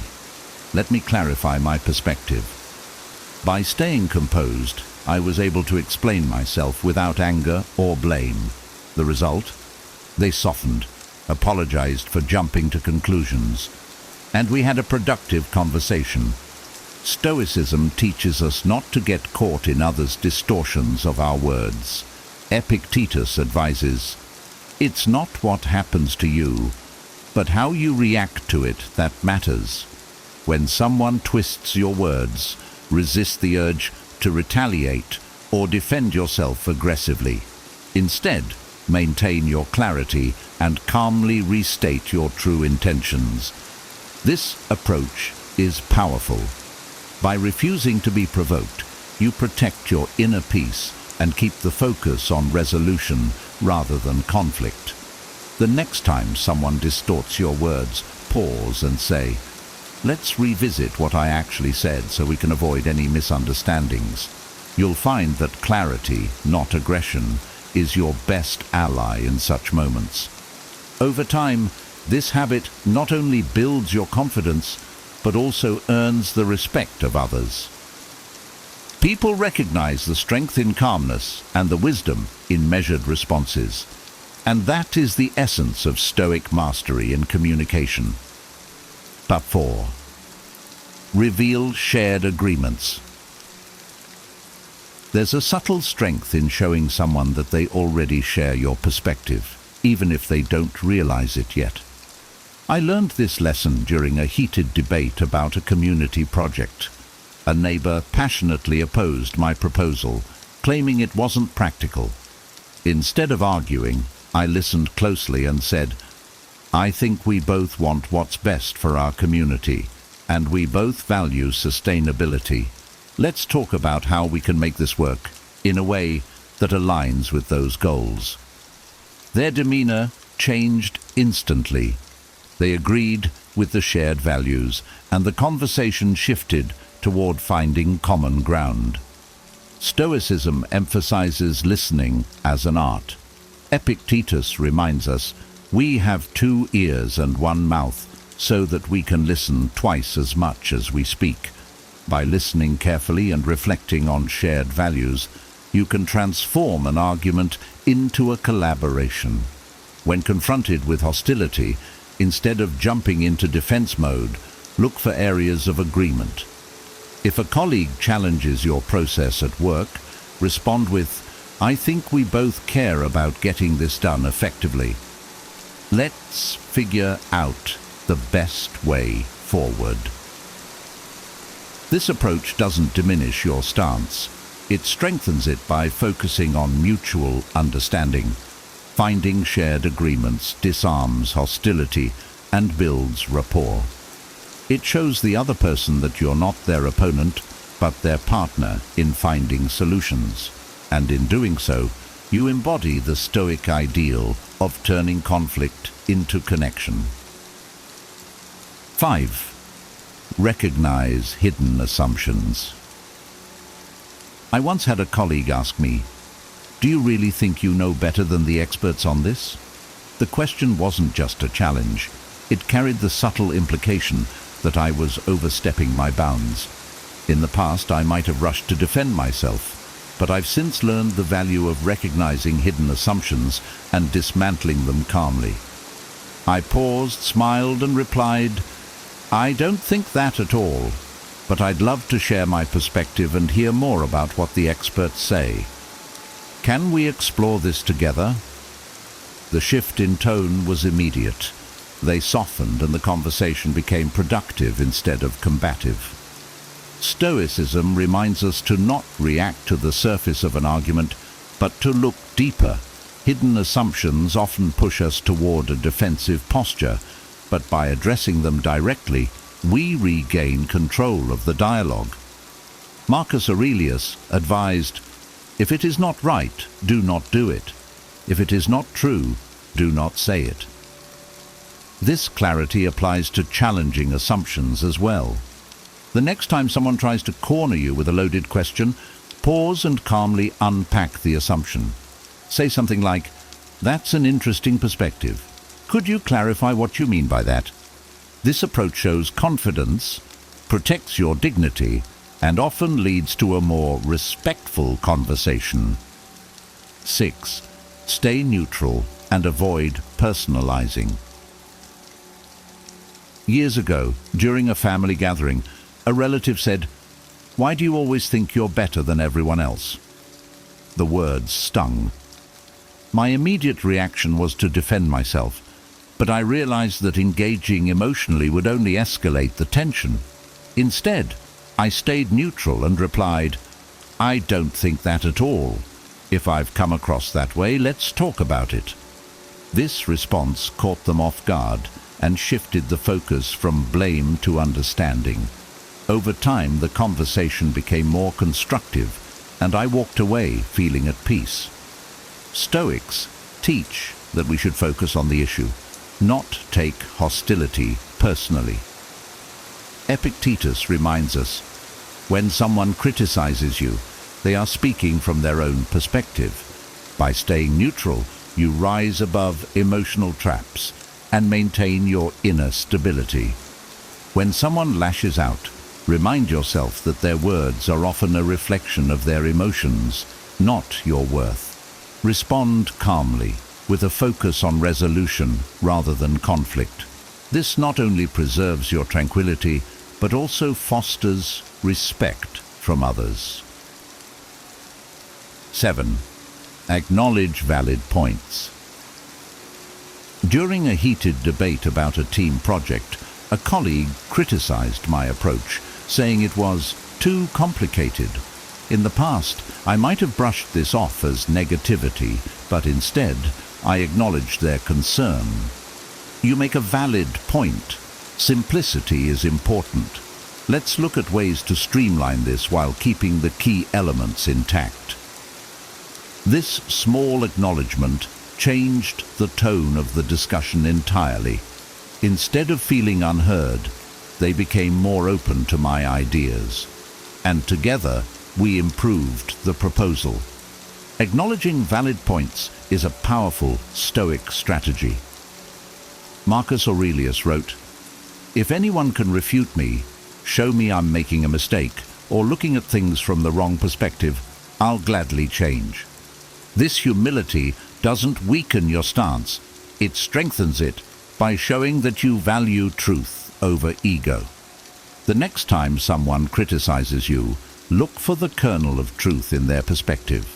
Acknowledge it sincerely before presenting your own view.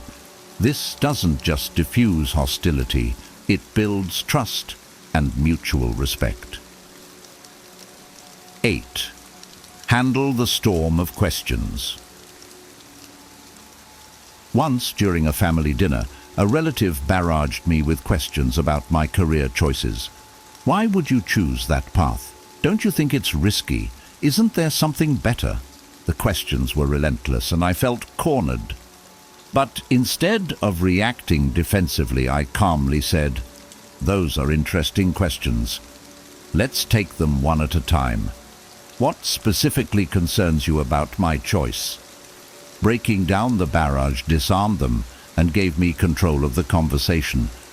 By addressing their concerns one by one, I maintained my composure and turned the interrogation into a dialogue. Stoicism teaches us to stay grounded when faced with pressure. When overwhelmed by aggressive questioning, pause and respond methodically. Epictetus advises, "First say to yourself what you would be, then do what you have to do." By staying focused and deliberate, you control the narrative. In similar situations, remember that you don't have to answer immediately or all at once. Take a breath and handle each question with clarity. This not only protects your peace, but also demonstrates your strength and confidence. 9. Use questions to shift focus. I once worked with someone who loved to criticize others' ideas without offering solutions. During one such exchange, instead of defending myself, I asked, "What would you suggest as an alternative?" The question caught them off guard. They stumbled for an answer, realizing they hadn't thought beyond their critique. Asking questions is a simple yet powerful way to redirect conversations. Stoicism encourages us to avoid direct confrontation and instead steer discussions constructively. When you ask questions, you subtly guide the other person to reflect on their position, often defusing their aggression in the process. The next time someone challenges you, try asking, "How do you see this working better?" Or, "What would you do in my situation?" These questions shift the focus away from conflict and toward problem solving, demonstrating your composure and wisdom. 10. Respect the truth and avoid straw man arguments. During a book club discussion, a fellow member twisted my opinion, claiming, "So you're saying the author's work is worthless?" I could feel the frustration rising, but I chose to respond calmly. "That's not what I meant. What I'm saying is that this particular chapter didn't resonate with me, though the overall book has its strengths." This approach diffused the tension and redirected the conversation toward the actual topic. Stoics emphasize the importance of integrity and clarity in communication. Marcus Aurelius wrote, "Never let the future disturb you. You will meet it, if you have to, with the same weapons of reason which today arm you against the present." Avoiding strawman arguments isn't just about preserving peace. It's about staying true to yourself. When someone distorts your words, calmly correct them without aggression. This not only maintains your dignity, but also encourages a more meaningful dialogue. Mastering these Stoic-inspired verbal techniques isn't just about handling aggressive people, it's about cultivating a deeper sense of calm and control in your life. Imagine walking into every conversation with the confidence that no matter how tense it gets, you'll remain composed, protect your inner peace, and even inspire others to reflect on their own behavior. Which of these techniques resonated with you the most? Have you faced situations where these approaches could have made a difference? Share your thoughts and experiences in the comments.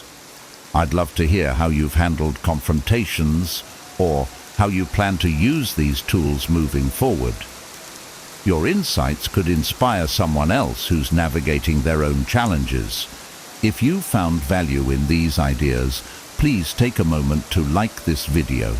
It helps more people discover these transformative strategies.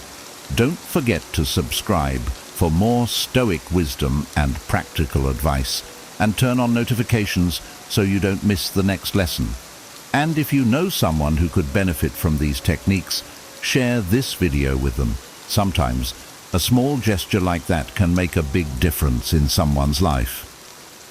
Thank you for joining me on this journey of resilience and wisdom. I'll see you in the next episode, where we'll explore even more tools to navigate life's challenges with strength and clarity. Here are 10 terrible signs. You're being gaslighted. You might think you'd recognize manipulation when it happens, but gaslighting is so subtle that it can make you question everything, even your own reality. It's not just about someone lying to you. Gaslighting is designed to erode your confidence, isolate you, and make you feel like you're losing your grip on what's real. Have you ever felt like you're apologizing for things you didn't do, doubting memories you were sure about, or wondering if you're too sensitive? You're not alone, and it's not in your head. This form of manipulation is more common than you think, and the damage it causes can be devastating. In this video, we'll walk through 10 clear and unmistakable signs of gaslighting, using real-life examples to help you identify these tactics. If you've ever felt confused, isolated, or trapped in a relationship, this might explain why. And by the end, you'll have the tools to recognize gaslighting and take the first steps toward breaking free. Let's dive in. 1. You constantly question your memory. Gaslighting often starts subtly, planting seeds of doubt about your memory. Imagine this. You clearly recall discussing weekend plans with your partner. You suggested going to a new restaurant, and they agreed. However, when the weekend arrives, they insist you never mentioned it. You must have dreamed that up, they say with a dismissive laugh. You replay the conversation in your mind, wondering if you truly imagined it. Another example might be at work. You distinctly remember your manager assigning you a task during a meeting, but later they claim they assigned it to someone else and that you misunderstood. You second-guess yourself, even though you made a note of it right after the meeting. This repeated denial of your reality creates a pattern. The gaslighter's goal is to make you question your memory so much that you begin to rely on their version of events over your own. Over time, you might start to feel like your memory is faulty, even when you've always trusted it before. It's crucial to recognize this pattern. A healthy relationship, whether with a partner, friend, or colleague, doesn't involve dismissing or rewriting your reality. If you're being told you're imagining things or that never happened, ask yourself, does this happen often? Does it make you feel confused or doubtful about things you know to be true? Keeping a journal can help. Write down key conversations and events as they happen. If someone later tries to tell you it didn't happen that way, you'll have a record to validate your memory. Gaslighting thrives on confusion and self-doubt, but with awareness and self-trust, you can start to see through the manipulation. Recognizing the signs is the first step toward reclaiming your confidence. 2. You find yourself apologizing too often. One of the clearest signs of gaslighting is the growing compulsion to apologize for things you didn't even do. The gaslighter manipulates situations to make you feel at fault, even when they're the one causing harm. For example, let's say you planned a dinner party and spent hours preparing. The gaslighter shows up late without explanation, and when you express frustration, they turn the tables. You're always so dramatic about these things. Maybe I wouldn't be late if you weren't so controlling. Suddenly you're apologizing for expecting them to be on time, even though their behavior was the issue. Another instance could occur in a friendship. You tell a close friend that something they said hurt your feelings. Instead of apologizing, they respond with, "You're way too sensitive. I was just joking." Now, instead of feeling validated, you're apologizing for taking offense. Over time, this pattern erodes your sense of self-worth. You start to internalize the idea that you're overly emotional, overly demanding, or just not good enough. You apologize not just to the gaslighter, but to others in your life, often feeling like a burden in situations where you're not at fault. If you notice this in yourself, take a step back and ask, why am I apologizing? Was this situation truly my fault? Start paying attention to how often you apologize and whether the apology feels warranted. This behavior isn't a reflection of who you are. It's a symptom of emotional manipulation. The next time you're tempted to apologize unnecessarily, pause. Instead, express your feelings assertively. I feel hurt when this happens, and I need us to address it. Reclaiming your voice is a powerful step in breaking free from the gaslighter's grip. 3. You feel isolated.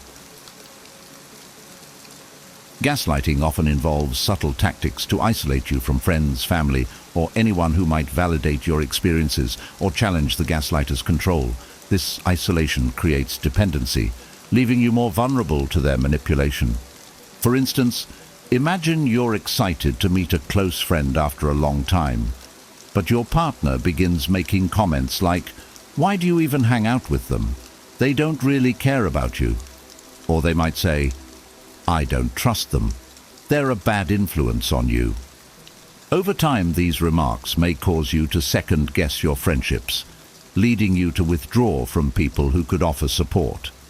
At work, this can happen when a manipulative colleague tells you, "The team doesn't really think you're contributing much." They might discourage you from seeking feedback from others, subtly driving a wedge between you and the rest of your team. This isolates you professionally, making you rely solely on their distorted version of reality. Gaslighters also use this tactic with family.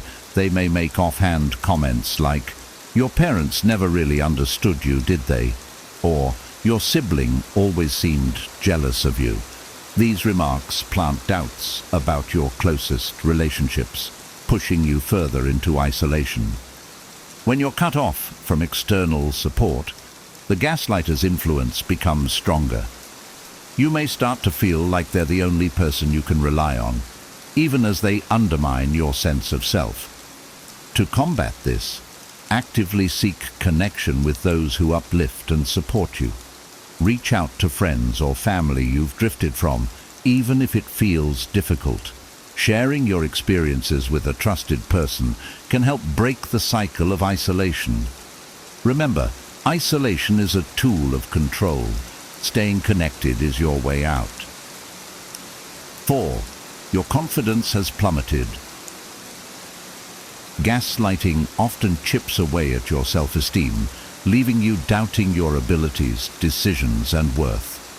Over time, you may find yourself hesitating to take initiative or make choices because you fear getting it wrong, or worse, being criticized by the gaslighter. For example, imagine you're proud of completing a big project at work. You share your excitement with a colleague who's been undermining you, and they respond with something like, "It's not that impressive. Anyone could have done that." Suddenly, your sense of accomplishment deflates, and you start questioning whether your hard work even mattered. In relationships, a gaslighter might belittle your contributions or mock your ideas in subtle ways. You suggest trying a new hobby or planning a trip, only to hear, "That's a dumb idea. I don't know why you'd think that would work." Even if it's framed as a joke, the constant dismissiveness makes you second-guess yourself, and eventually you stop sharing your ideas altogether. This loss of confidence can creep into everyday decisions. You might start overthinking simple choices, what to wear, what to cook, or how to respond in conversations, because the gaslighter has made you feel like you can't do anything right. You might even start seeking their approval for things you once handled confidently on your own.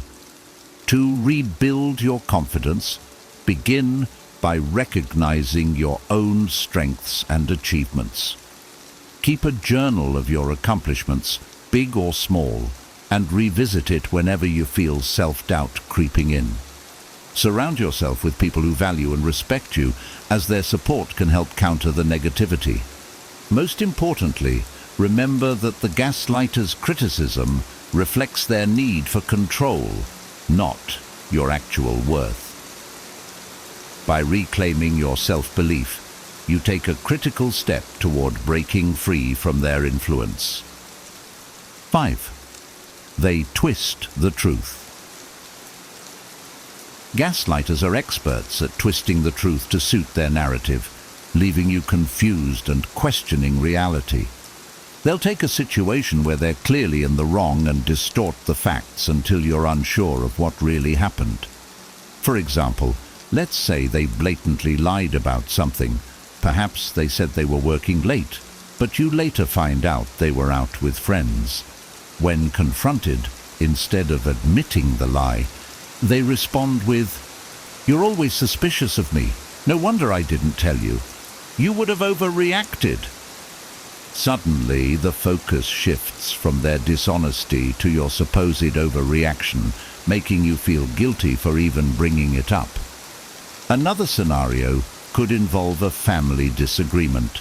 Imagine you catch them criticizing you to a relative.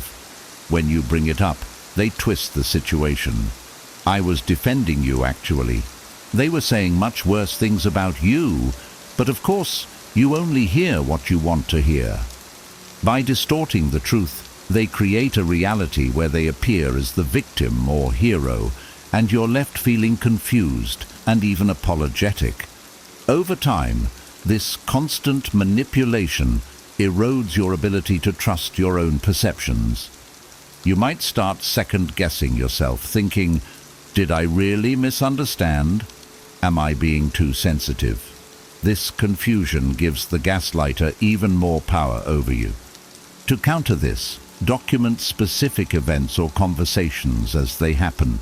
Keep a record of what was said or done, so when the gaslighter tries to twist the truth, you have clear evidence to ground yourself.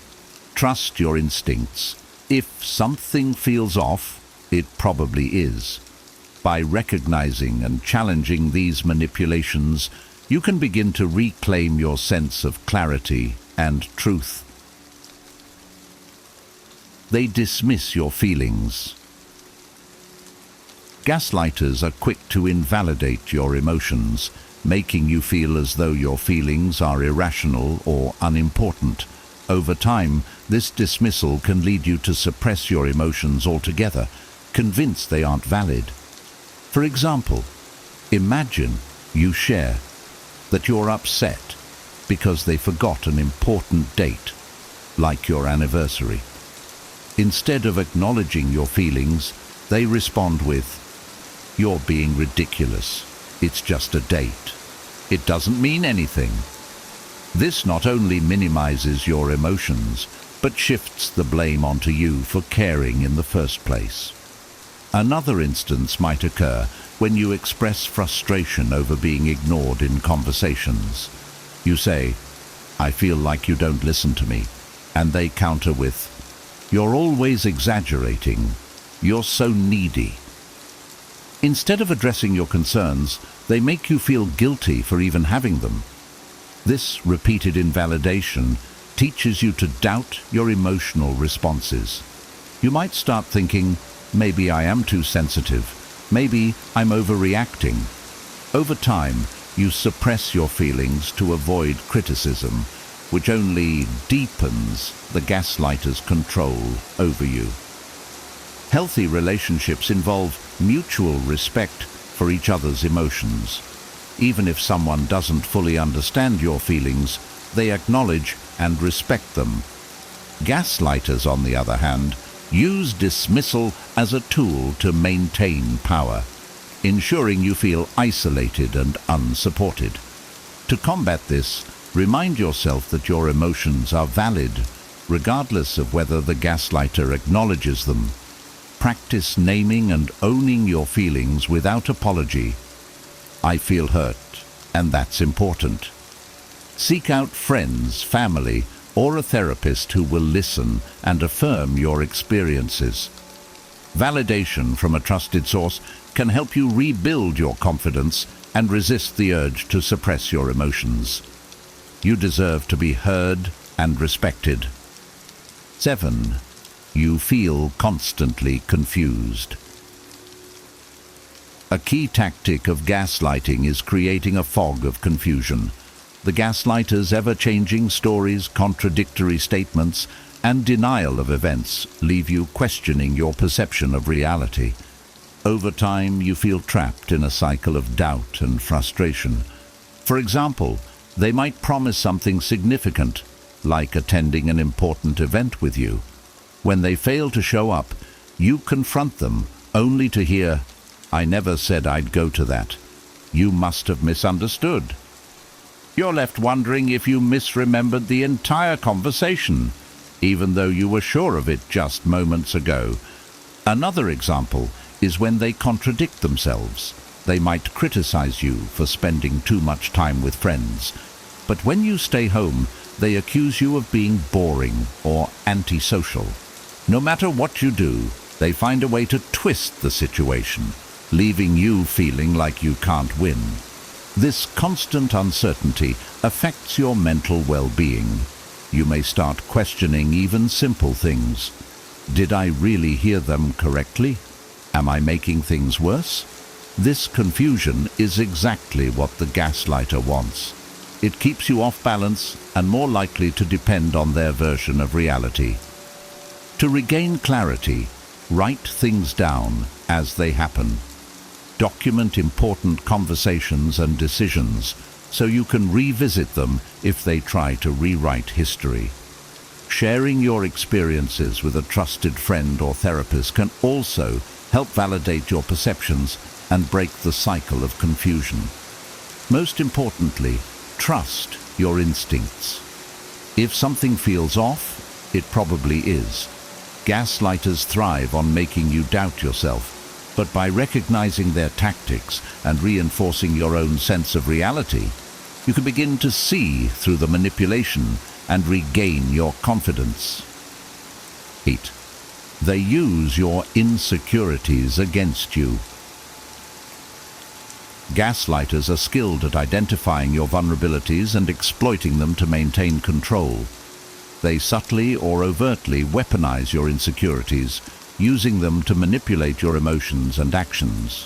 For example, if you've shared that you're self-conscious about your appearance, a gaslighter might make backhanded compliments like, "You look nice, but that outfit would be better if you lost a little weight." On the surface, it sounds like a helpful suggestion, but it's designed to deepen your insecurity and make you feel inadequate. In a work setting, a manipulative colleague might say, "You're great at what you do, but you're not really leadership material." This preys on any doubts you may have about your abilities and subtly undermines your confidence. You might start avoiding opportunities for growth, believing you're not good enough. In relationships, they might exploit your desire for connection. For instance, if you've shared a fear of being abandoned, they might say, "No one else would put up with you the way I do," making you feel like you're lucky to have them, even as they treat you poorly.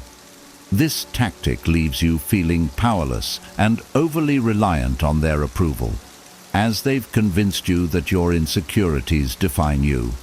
To counter this, remind yourself that everyone has insecurities. It's part of being human, but they don't define your worth. Surround yourself with people who uplift and support you, rather than exploit your vulnerabilities. If possible, seek out a therapist or coach to help you rebuild your confidence and recognize your strengths. Remember, your insecurities are not a weakness to be exploited. They're opportunities for growth and self-acceptance. By acknowledging and owning them, you take away the gaslighter's power and start reclaiming your self-worth. 9. They play the victim. Gaslighters often deflect accountability by portraying themselves as the victim, even when they're the ones at fault. This tactic shifts the focus away from their behavior, making you feel guilty for even bringing up an issue. For instance, let's say you confront them about breaking a promise, like not showing up to an event you planned together. Instead of addressing the broken promise, they respond with something like, "Do you know how hard my week has been? I can't believe you'd attack me over something so small when I'm already under so much stress." Suddenly, you're comforting them instead of addressing your own hurt. In another example, you might point out a pattern of disrespectful behavior, such as frequent interruptions during conversations. Instead of taking responsibility, they turn the tables. "I only interrupt because you never listen to me. Do you know how frustrating that is for me?" Now, you're questioning whether you've been unfair and apologizing for something they created. This victim mentality can extend to their relationships with others, too. They might claim their boss is out to get them, or that their friends have abandoned them for no reason, subtly painting themselves as someone constantly wronged by the world. This reinforces their narrative and keeps you feeling guilty for adding to their problems. To break free from this dynamic, practice recognizing the pattern. When they deflect and play the victim, gently steer the conversation back to the issue at hand. For example, you could say, "I understand you've been stressed, but I need us to focus on how this situation made me feel." It's crucial to remember that everyone has challenges, but genuine victims don't manipulate others with their struggles. By staying grounded in your feelings and refusing to accept misplaced blame, you take a step toward regaining control. 10. You feel trapped in the relationship. One of the most painful signs of gaslighting is the feeling of being stuck, as though there's no way out of the relationship or situation. The gaslighter's manipulation has created a dependency that makes leaving seem impossible, even when you recognize the harm. For example, the gaslighter might convince you that you're incapable of managing without them. They'll say things like, "You'd never survive on your own," or "No one else would love you the way I do." These statements prey on your fears and insecurities, making you feel unworthy and powerless. Another way they trap you is by creating an illusion of unpredictability. They alternate between moments of kindness and cruelty, keeping you hooked with the hope that things will improve. After a heated argument, where they dismiss your feelings, they might turn around and say, "I'm sorry. I didn't mean to hurt you. You're everything to me." This cycle keeps you invested, always waiting for the good moments to return. In friendships or professional relationships, gaslighters may leverage shared responsibilities or connections to keep you tethered. They might say, "If you leave, you'll destroy everything we've worked for," or guilt-trip you with statements like, "I thought you were loyal." The result? You feel paralyzed, torn between staying in the toxic relationship or risking the unknown. To overcome this, remind yourself that feeling trapped is part of their strategy. It's not reality. Seek support from trusted friends, family, or professionals who can help you see your options clearly. Build an action plan, even if it's small steps, like setting boundaries or consulting with a counselor. Remember, you are stronger than the gaslighter wants you to believe. Freedom begins with recognizing that you deserve better and taking steps, no matter how small, to reclaim your life. Gaslighting is one of the most insidious forms of manipulation, but recognizing the signs is the first step toward breaking free and reclaiming your confidence. If any of these points resonated with you, remember, you're not alone, and help is always within reach. If you found this video helpful, don't forget to like it to let us know. Make sure to subscribe so you never miss more content like this that empowers and informs. We'd love to hear from you. What signs stood out to you the most? Have you experienced gaslighting before? Share your thoughts, experiences, or takeaways in the comments below. Your insights could help others who are going through the same struggles. Thank you for watching, and remember, you deserve relationships that uplift and respect you. Stay strong, stay wise, and we'll see you in the next video. How to become stoic with an iron mind. Imagine a life where nothing phases you. In a world swirling with chaos, anger, and jealousy, picture yourself standing as an unshakable pillar of calm and strength. You're at peace while others rage. You remain composed as others crumble. You possess a mind so resilient, it's as if it's forged from iron. This is not a distant fantasy, but a real possibility within your reach. The modern world bombards us with stress and negativity, From the endless barrage of bad news to the constant pressures of daily life, it's easy to feel overwhelmed. People around you might be trapped in cycles of frustration and sadness, their days ruined by minor inconveniences. Yet, there are those rare individuals who navigate these storms with unwavering tranquility. They possess a secret, a timeless wisdom that empowers them to remain serene in the face of adversity. They are Stoics, the masters of an iron mind. In this video, you will embark on a transformative journey to cultivate the same indomitable mental fortitude. Drawing from ancient Stoic philosophy, you will learn practical steps to develop a mindset that remains steady and unyielding, no matter what life throws at you. Each principle we explore will bring you closer to becoming the person who doesn't just survive chaos, but thrives in it. Are you ready to unlock the secrets of Stoicism and forge your own iron mind? Let's dive in and discover how to turn life's challenges into your greatest strengths, starting with the fundamental principle of accepting what you cannot control. Number 1. Accept what you cannot control. One of the core principles of Stoicism is learning to accept what you cannot control. In life, countless events and circumstances are beyond our influence. Dwelling on these uncontrollable aspects only drains our energy and fosters frustration. Instead, a Stoic focuses on what they can change, their actions and responses. Imagine a flight cancellation due to bad weather. You can't alter the weather or the airline's decision.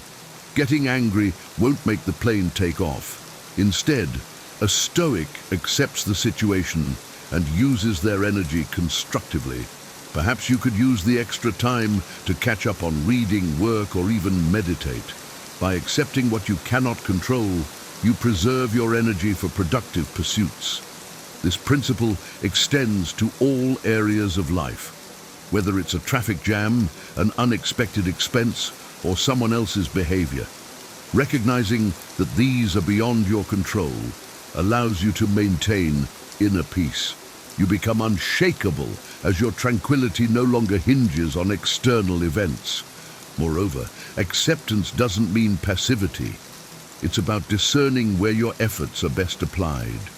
When you focus on your actions and attitudes, you empower yourself. You become the master of your fate, shaping your life through deliberate choices rather than being tossed around by external forces. In essence, accepting what you cannot control is about shifting your perspective. It's recognizing that while you can't change the world, you can change how you interact with it. This mindset not only brings peace, but also enables you to navigate life more effectively. You become a beacon of calm in a stormy world, inspiring others with your composure and resilience. By embracing this Stoic principle, you lay the foundation for an iron mind that remains steadfast regardless of life's challenges. Number 2, practice. The essence of Stoicism is not merely in understanding its principles, but in practicing them daily. No video or book can replace the value of consistent application. The journey to becoming Stoic with an iron mind requires regular, intentional practice. It's about integrating Stoic wisdom into every facet of your life, making it a part of your daily routine. Imagine an athlete training for a marathon. They can't just read about running techniques and expect to succeed. They need to run every day, building their endurance, strength, and mental toughness. Similarly, Stoicism is a discipline that demands continuous effort. Each day presents opportunities to practice Stoic principles, from small annoyances to significant challenges. Start by setting aside time each day for reflection. Consider the events of the day and your responses to them. Did you maintain composure in the face of frustration? Did you focus on what you could control and let go of what you couldn't? Reflecting on these questions helps you identify areas for improvement and reinforces your commitment to Stoicism. Additionally, incorporate Stoic exercises into your routine. Practice gratitude by acknowledging the good in your life. Engage in negative visualization to prepare yourself for potential difficulties. Meditate to cultivate mindfulness and presence. These practices build your Stoic muscle, making it easier to remain calm and rational during life's storms. Remember, transformation doesn't happen overnight. It's the result of countless small efforts, repeated day in and day out. By committing to practice, you gradually reshape your mindset and behavior. You become more resilient, more composed, and more in control of your actions. Practice is the bridge between knowledge and mastery, and it's through this consistent effort that you develop the iron mind of a true Stoic. Number 3, build resilience. Resilience is the hallmark of a Stoic mind. It's the ability to bounce back from setbacks, to stand firm in the face of adversity. Building resilience is crucial for developing an iron mind, enabling you to navigate life's challenges with strength and grace. Resilience starts with a mindset shift. Understand that setbacks are a natural part of life, not a reflection of your worth or abilities. Embrace challenges as opportunities for growth rather than obstacles. Each difficulty you encounter is a chance to strengthen your resilience and refine your character. One way to build resilience is to face your fears. Avoiding challenges may provide temporary comfort, but it undermines your long-term growth. Confronting fears head-on, however daunting, fortifies your mental and emotional muscles. Over time, you become less intimidated by difficulties, viewing them as manageable and conquerable. Another key to resilience is maintaining perspective. In moments of crisis, it's easy to feel overwhelmed. But remember, most problems are temporary.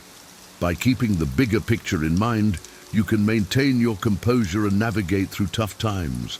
Reflect on past challenges you've overcome and remind yourself of your capacity to endure and triumph. Self-care also plays a vital role in building resilience. Ensure you're taking care of your physical, emotional, and mental well-being. Exercise regularly, eat healthily, get adequate sleep, and seek support when needed. A strong, healthy body and mind are better equipped to handle stress and recover from setbacks. Ultimately, resilience is about persistence. It's about getting up each time you fall, learning from your experiences, and continuing to move forward. By building resilience, you become like an oak tree in a storm, bending but never breaking. This steadfastness is a core element of the Stoic iron mind, enabling you to face life's inevitable challenges with unwavering strength and determination. Number 4, seek wisdom. Wisdom is the cornerstone of Stoic philosophy. It's the guiding light that informs your decisions and actions, helping you navigate life with clarity and purpose. To develop an iron mind, you must continually seek wisdom, cultivating a deep understanding of yourself and the world around you. Wisdom begins with self-awareness. Reflect on your thoughts, emotions, and behaviors. Understand your strengths and weaknesses, your values and goals. Self-awareness allows you to act with intention and integrity, aligning your actions with your true self. Reading and learning are essential components of seeking wisdom. Delve into the works of ancient and modern philosophers, thinkers, and leaders. Study their insights and apply their lessons to your life. The writings of Marcus Aurelius, Epictetus, and Seneca offer timeless wisdom on living a virtuous and fulfilling life. By engaging with these texts, you expand your perspective and deepen your understanding of Stoic principles. Cultivate curiosity and remain open to new ideas and experiences. Wisdom is not static. It evolves with learning and growth. Engage in meaningful conversations, ask questions, and listen actively. Seek diverse viewpoints and challenge your assumptions. This openness enriches your understanding and fosters intellectual humility. Experience is another invaluable teacher. Embrace life's lessons, both positive and negative. Reflect on your experiences and extract wisdom from them. What did you learn from a particular success or failure? How can you apply these lessons moving forward? By learning from your experiences, you transform them into valuable insights that guide your future actions. In seeking wisdom, remember that it's not just about acquiring knowledge, but about applying it. Wisdom is practical and actionable. It's about making wise choices that lead to a good and meaningful life. By continually seeking wisdom, you equip yourself with the tools to navigate life's complexities with grace and confidence, embodying the Stoic iron mind. Number 5, use bad feelings for good. Emotions like anger, sadness, and heartbreak are often seen as negative, but a Stoic recognizes their potential for good. These feelings can be powerful motivators, driving you to achieve your goals and improve your life. By harnessing these emotions constructively, you transform them from obstacles into allies. Consider anger, for example. While uncontrolled anger can lead to destructive behavior, channeled anger can fuel determination and resilience. When you face injustice or frustration, let that anger propel you into action. Use it to push yourself harder in your endeavors, to advocate for change, and to stand up for yourself and others. Sadness, too, has its place. It can deepen your empathy and understanding of the human condition. When you experience loss or disappointment, allow yourself to feel the sadness, but also use it as a reminder of what truly matters to you. This reflection can lead to greater appreciation for the good in your life and motivate you to pursue meaningful goals. Heartbreak, perhaps the most challenging of emotions, can also be transformative. It teaches you about vulnerability, love, and the impermanence of life. Use heartbreak as a catalyst for personal growth. Let it inspire you to strengthen your relationships, pursue your passions, and live more fully. The key is to control your emotions rather than being controlled by them. This requires discipline and self-awareness. When you feel a strong emotion, pause and reflect. Ask yourself how you can use this feeling to your advantage. Redirect your emotional energy towards positive actions and goals. By using bad feelings for good, you not only manage your emotions, but also leverage them to enhance your life. This approach is a testament to the Stoic principle of transforming challenges into opportunities. It enables you to maintain your composure and purpose even in the face of adversity, embodying the strength and resilience of an iron mind. Number 6, take responsibility. A fundamental tenet of Stoicism is taking responsibility for your life and actions. While you may not be responsible for everything that happens to you, you are responsible for how you respond and for finding solutions. This mindset empowers you to take control of your destiny, transforming obstacles into opportunities for growth. Taking responsibility means owning your actions and their consequences. It requires honesty and self-reflection. When faced with a problem, avoid the temptation to blame others or external circumstances. Instead, ask yourself what you can do to address the situation. This proactive approach fosters resilience and self-efficacy. Consider the example of a car breaking down on the highway. If you stand there waving for help, you might wait a long time. But if you start pushing your car, others are more likely to stop and assist you. By taking the first step to help yourself, you inspire others to support you. This principle applies to all areas of life. When you take responsibility, you attract opportunities and assistance. Responsibility also involves making informed and ethical decisions. It means considering the impact of your actions on yourself and others. Strive to act with integrity even when it's challenging. This builds trust and respect, both crucial for personal and professional relationships. Moreover, taking responsibility enhances your personal growth. It forces you to confront your weaknesses and areas for improvement. By acknowledging and addressing these, you become a stronger and more capable individual. Responsibility is not about perfection, but about continuous improvement and learning from your experiences. In essence, taking responsibility is about embracing your role as the author of your life. It's about recognizing your power to shape your reality through your actions and choices. This Stoic principle is a cornerstone of the Iron Mind, fostering a sense of agency and resilience that enables you to navigate life's challenges with confidence and grace. Number 7, live in the present. Living in the present is a cornerstone of Stoic philosophy. It means focusing on the here and now rather than dwelling on the past or worrying about the future. By anchoring yourself in the present, you harness the power to shape your life through your actions and decisions. The past is unchangeable. It holds lessons and memories, but it shouldn't dictate your present actions. Learn from your past, but don't let it shackle you. Similarly, the future is uncertain. While planning is important, excessive worry about what might happen only saps your energy and distracts you from what you can do now. Living in the present means being fully engaged in each moment.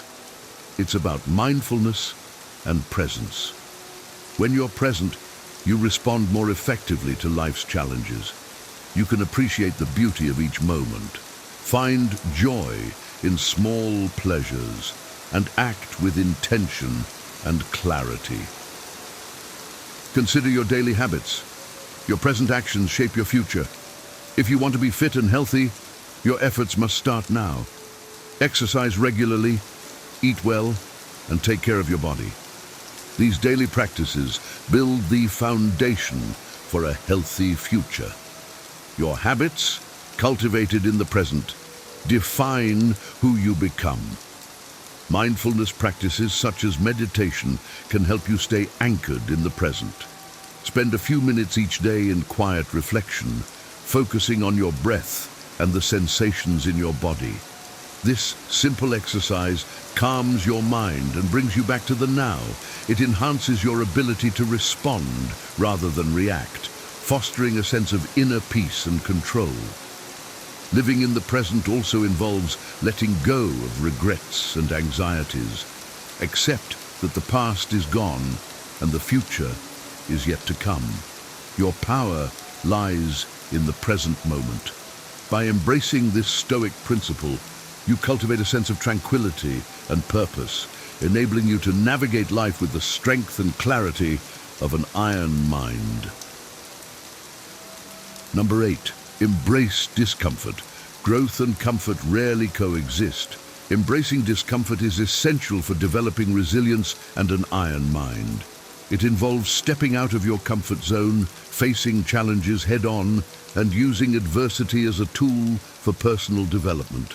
Discomfort is often seen as something to avoid, but for a Stoic, it's an opportunity for growth. Whether it's physical, emotional, or mental discomfort, confronting it builds strength and character. When you willingly face difficult situations, you expand your capabilities and increase your tolerance for future challenges. Consider physical discomfort, such as exercise. Pushing your body through challenging workouts strengthens your muscles and endurance. Similarly, mental discomfort, like tackling a complex problem, enhances your cognitive abilities. Emotional discomfort, such as dealing with rejection or failure, teaches resilience and emotional regulation. Embracing discomfort also means accepting that failure is a part of the journey. Every setback is a learning experience. When you fail, reflect on what went wrong and how you can improve. This mindset shift transforms failure from a source of shame into a stepping stone for success. By viewing discomfort and failure as opportunities, you develop a growth mindset, essential for a stoic iron mind. Moreover, seek out challenges that push your limits. Whether it's learning a new skill, taking on a demanding project, or stepping into a leadership role, these experiences force you to grow. They require you to adapt, persevere, and find solutions, all of which build your resilience and confidence. In daily life, practice small acts of discomfort. Take cold showers, wake up early, or engage in difficult conversations. These practices build your tolerance for discomfort and train your mind to remain calm and composed in challenging situations. Ultimately, embracing discomfort is about viewing challenges as opportunities for growth. It's about pushing your boundaries and evolving through adversity. By adopting this Stoic principle, you fortify your mind and spirit, preparing yourself to face life's inevitable trials with strength and grace. Number 9, cultivate gratitude. Gratitude is a powerful tool for fostering a positive mindset and enhancing your resilience. In Stoicism, cultivating gratitude means focusing on what you have rather than what you lack. This shift in perspective brings contentment and peace, essential components of an iron mind. Begin by acknowledging the small blessings in your daily life. These can be simple things like a warm bed, a good meal, or a kind word from a friend. By recognizing and appreciating these moments, you train your mind to focus on the positive aspects of your life. This practice reduces feelings of envy, resentment, and dissatisfaction. Gratitude also involves appreciating the people in your life. Express thanks to those who support and inspire you.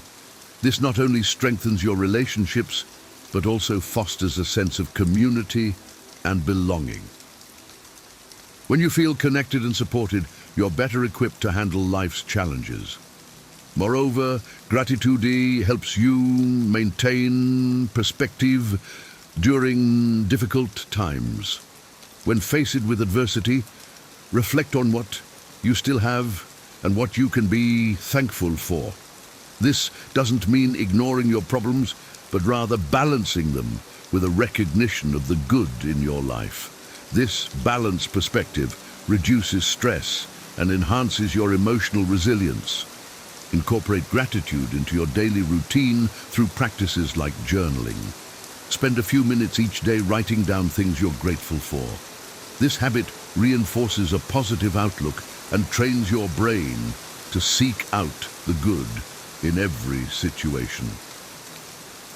Over time, this practice can significantly improve your overall well-being and mental health. Gratitude also aligns with the Stoic principle of focusing on what you can control. While you can't control all external events, you can control your attitude and perspective. By choosing to focus on gratitude, you take control of your emotional state and enhance your resilience. Ultimately, cultivating gratitude transforms your outlook on life. It helps you find joy in the present moment and builds a foundation of positivity and resilience. This Stoic principle fortifies your mind, enabling you to navigate life's ups and downs with grace and equanimity. Number 10, practice mindfulness. Mindfulness is the practice of being fully present and engaged in the current moment. For a Stoic, mindfulness is a crucial tool for maintaining inner peace and composure. By cultivating mindfulness, you enhance your ability to respond to life's challenges with clarity and calmness. Mindfulness begins with awareness. Pay attention to your thoughts, emotions, and physical sensations. Notice how your body feels, the rhythm of your breath, and the flow of your thoughts. This awareness anchors you in the present moment, reducing stress and anxiety about the past or future. Incorporate mindfulness into your daily activities. When you're eating, savor each bite. When you're walking, feel the ground beneath your feet. When you're listening, give your full attention to the speaker.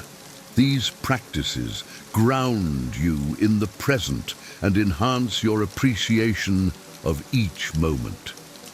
Meditation is a powerful way to cultivate mindfulness. Spend a few minutes each day sitting quietly, focusing on your breath. If your mind wanders, gently bring your attention back to your breath. This practice trains your mind to stay present and builds your capacity for sustained attention and calmness. Mindfulness also enhances your emotional regulation. By observing your emotions without judgment, you create space between stimulus and response. This allows you to choose your reactions thoughtfully rather than reacting impulsively. For example, when you feel anger rising, mindfulness helps you pause, recognize the emotion, and respond in a calm and constructive manner. Moreover, mindfulness fosters a sense of inner peace and contentment. By fully engaging with the present moment, you reduce the mental clutter and distractions that often cause stress. This clarity and focus enable you to tackle challenges more effectively and maintain a sense of balance and equanimity. In essence, mindfulness is about living fully and deeply in the present moment. It's a practice that enhances your awareness, emotional regulation, and overall well-being. By cultivating mindfulness, you embody the Stoic iron mind, navigating life's complexities with grace and wisdom. You've now been equipped with the timeless wisdom and practical steps to cultivate an iron mind, just like the Stoics of old.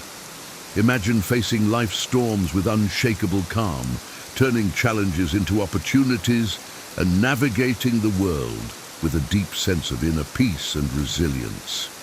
This is the power of Stoicism, and it's within your grasp. As you embark on this journey, remember that transformation requires consistent practice. Reflect on these principles daily, integrate them into your life, and watch as you become the master of your own fate, resilient and composed in any situation. If you found this video valuable, imagine what more you can achieve with continued learning and support. Join our community on the Wiser channel, where we delve deeper into the art of living wisely. Like this video, if it resonated with you, share it with those who need a dose of Stoic wisdom. And don't forget to subscribe to Wiser. Together, we can build a life of strength, clarity, and unyielding peace. Thank you for watching, and welcome to a wiser way of living. In the pursuit of personal growth, we often focus on adding new habits and skills, but eliminating elements that no longer serve us is equally important. This video explores 20 suggestions for things to quietly eliminate from your life to enable significant personal growth. These suggestions encompass various areas, from maintaining discretion in personal matters to shifting focus inward, promoting positivity, and embracing change. Throughout this video, we will delve into each suggestion, exploring their importance and offering practical strategies for implementation. We will examine how maintaining privacy, shifting focus inward, pursuing authentic growth, promoting positivity, and embracing change can lead to a more purposeful and fulfilling life. The journey of personal growth is ongoing and requires continuous self-reflection and improvement. By quietly eliminating what no longer serves us, we create space to pursue our highest potential and live an authentic life. In the following sections, we will explore each suggestion in greater depth, providing insights and practical advice for those embarking on their own journey of personal transformation. Maintaining discretion and privacy. 1. Don't feel the need to explain yourself to those who hurt you. One of the most liberating things you can do for your personal growth is to stop feeling the need to explain yourself to those who have hurt you. When we experience pain or mistreatment from others, it's natural to want to seek justification or closure. However, engaging in this pursuit can often lead to further frustration and emotional turmoil. The power of calm, dignified disengagement cannot be overstated. By choosing to move on without seeking explanations or apologies, you reclaim your energy and focus, redirecting it towards your own healing and growth. This doesn't mean that you ignore or suppress your feelings. Rather, it means processing them internally and with trusted support systems, rather than exposing yourself to further hurt. Learning to let go of the need for external validation or understanding is a crucial step in developing emotional resilience and self-assurance. It allows you to prioritize your own well-being and make decisions based on your values and goals, rather than being swayed by the opinions or actions of others. 2. Don't share intimate details about the end of friendships or relationships. In the age of social media and oversharing, it can be tempting to broadcast the details of our personal lives, especially when it comes to the end of significant friendships or relationships. However, maintaining privacy and discretion during these times is essential for our emotional well-being and personal growth. The value of private reflection and introspection cannot be underestimated. When we process the end of a relationship privately, we give ourselves the space to feel our emotions fully, without the added pressure of external opinions or judgments. This allows us to gain clarity, learn from the experience, and move forward with greater self-awareness and wisdom. Moreover, sharing intimate details about the end of a relationship can often lead to further complications and emotional entanglements. It can create a cycle of gossip, speculation, and take sides, which can be damaging to all parties involved. By choosing to keep these matters private, you demonstrate respect for yourself and others and create a safe space for healing and growth. 3. Control displays of anger and frustration in front of others. Anger and frustration are natural human emotions, but when expressed in uncontrolled ways, they can have serious consequences for our personal and professional relationships. Learning to manage these emotions and control our displays of anger in front of others is a crucial aspect of personal growth and emotional intelligence.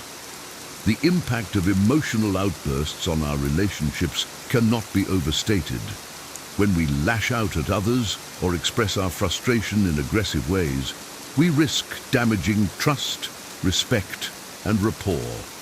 This can lead to a breakdown in communication, collaboration, and even opportunities for growth and advancement. Instead of allowing anger to control our actions, it's important to develop strategies for redirecting that emotional energy in more productive ways. This might involve taking a few deep breaths, stepping away from the situation to regain composure, or finding healthy outlets for expressing our feelings, such as exercise, journaling, or creative pursuits. By learning to control our displays of anger and frustration, we demonstrate emotional maturity, professionalism, and the ability to handle challenging situations with grace and diplomacy. This not only benefits our relationships, but also our own mental and emotional well-being. 4. Avoid sharing negative judgments about others. In our daily interactions, it can be all too easy to slip into the habit of sharing negative judgments about others. Whether it's gossiping about a coworker, criticizing a friend's choices, or making snide comments about a public figure, these negative judgments can have a detrimental impact on our personal growth and relationships. The importance of diplomacy and tact in social interactions cannot be overstated. When we express negative opinions about others, we risk creating an atmosphere of hostility, mistrust, and division. This can lead to damaged relationships, lost opportunities, and a general sense of negativity that permeates our lives. On the other hand, when we choose to rise above negativity and maintain a positive outlook, we create a more supportive and uplifting environment for ourselves and those around us. This doesn't mean that we ignore or condone bad behavior, but rather that we approach these situations with empathy, understanding, and a focus on finding solutions rather than placing blame. By avoiding the sharing of negative judgments, we also demonstrate integrity, compassion, and the ability to see beyond surface-level impressions. This can lead to deeper, more meaningful relationships, as well as greater opportunities for personal and professional growth. In summary, maintaining discretion and privacy in our personal lives, controlling displays of anger and frustration, and avoiding negative judgments about others are all crucial aspects of personal growth and emotional well-being.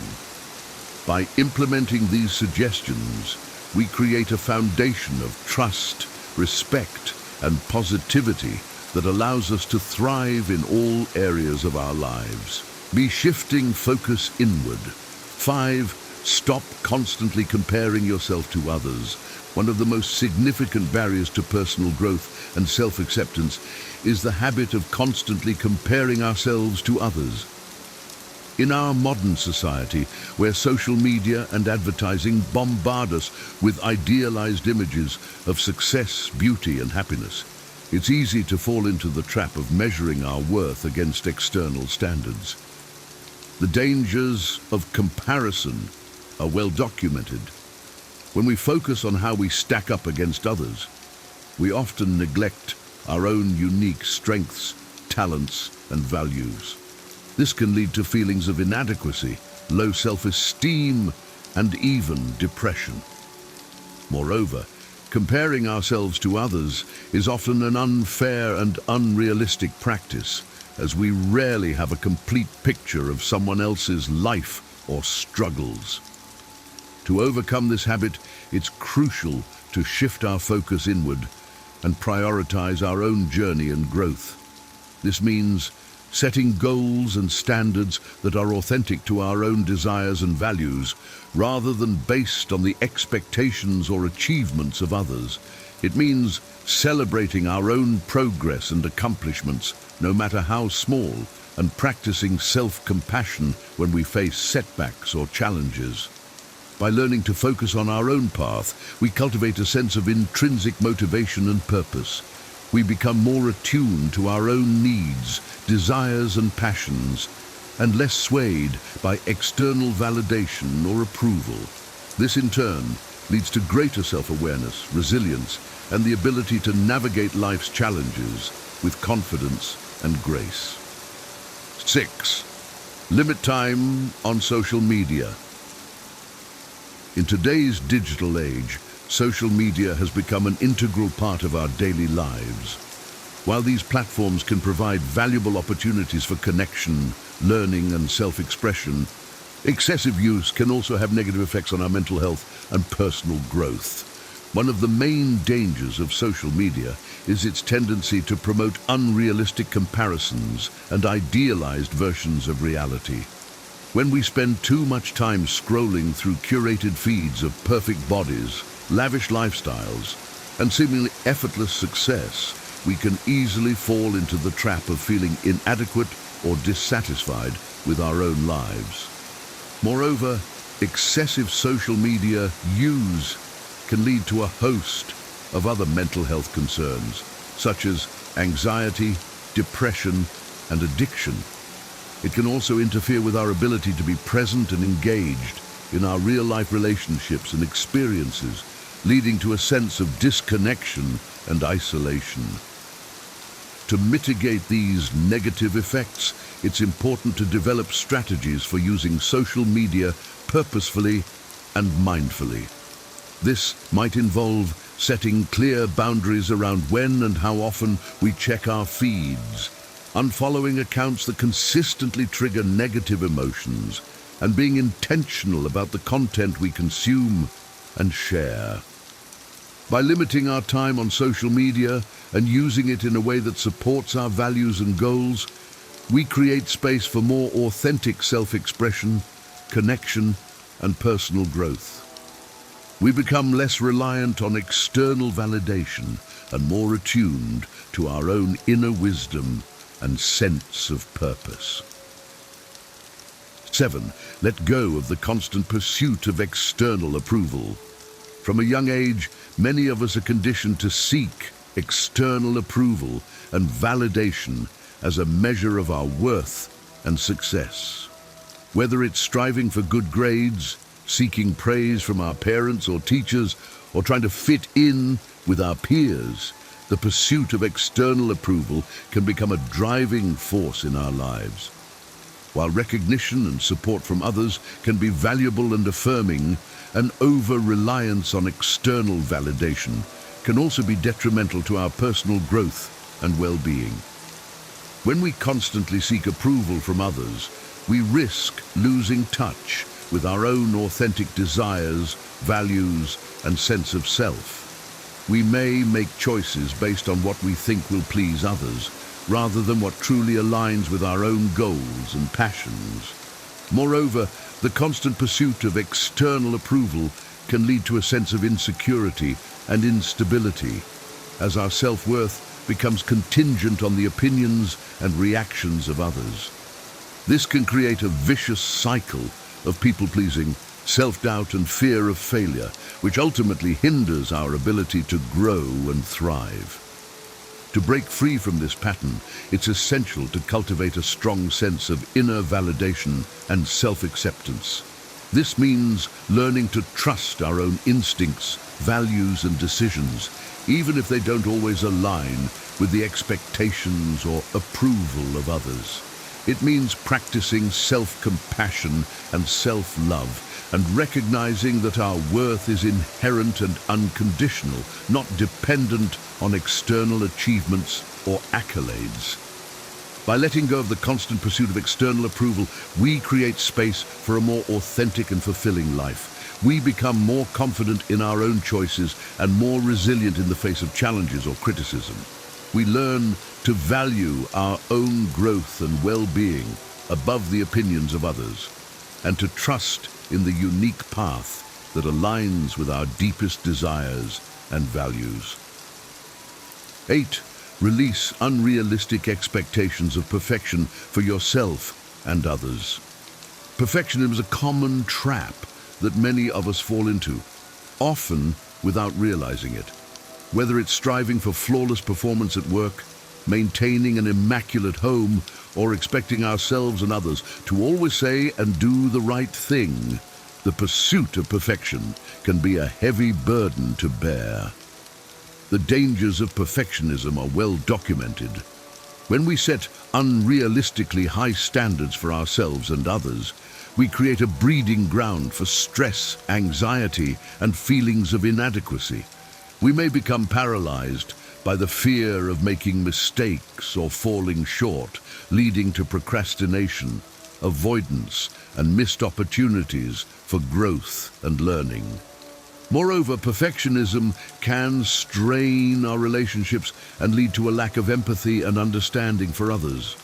When we expect perfection from those around us, we risk creating an atmosphere of judgment, criticism, and resentment, rather than one of support, collaboration, and growth. To overcome the pitfalls of perfectionism, it's important to reframe our expectations and focus on progress rather than perfection. This means setting achievable goals that challenge us to grow and improve, while also allowing room for mistakes, setbacks, and learning.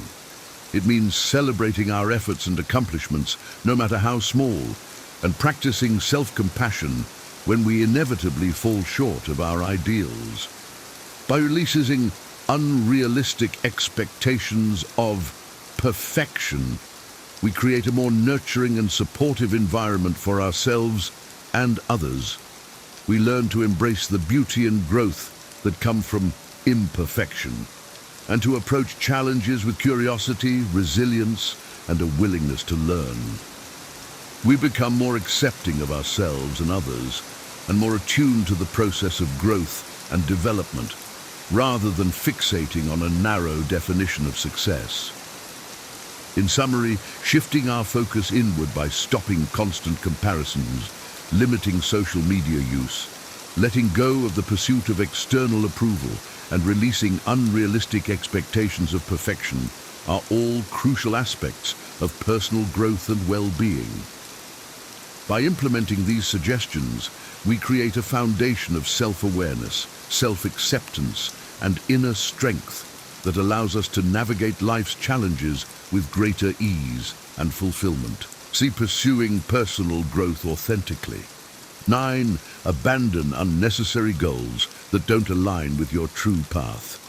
In the pursuit of personal growth, it's easy to become sidetracked by goals and aspirations that don't truly align with our authentic selves. These may be goals that we've inherited from our families, society, or cultural expectations, rather than those that stem from our own deep desires and values.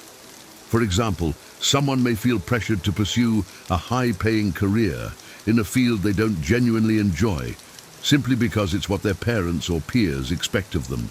Or someone may set a goal to achieve a certain body, type, or lifestyle, based on images they see in the media rather than what feels healthy and authentic to them. The importance of identifying and pursuing our authentic passions cannot be overstated. When we set goals that are truly aligned with our values, strengths, and desires, we tap into a deep well of motivation, resilience, and fulfillment. We're more likely to persevere in the face of challenges and to find joy and meaning in the process of growth and achievement.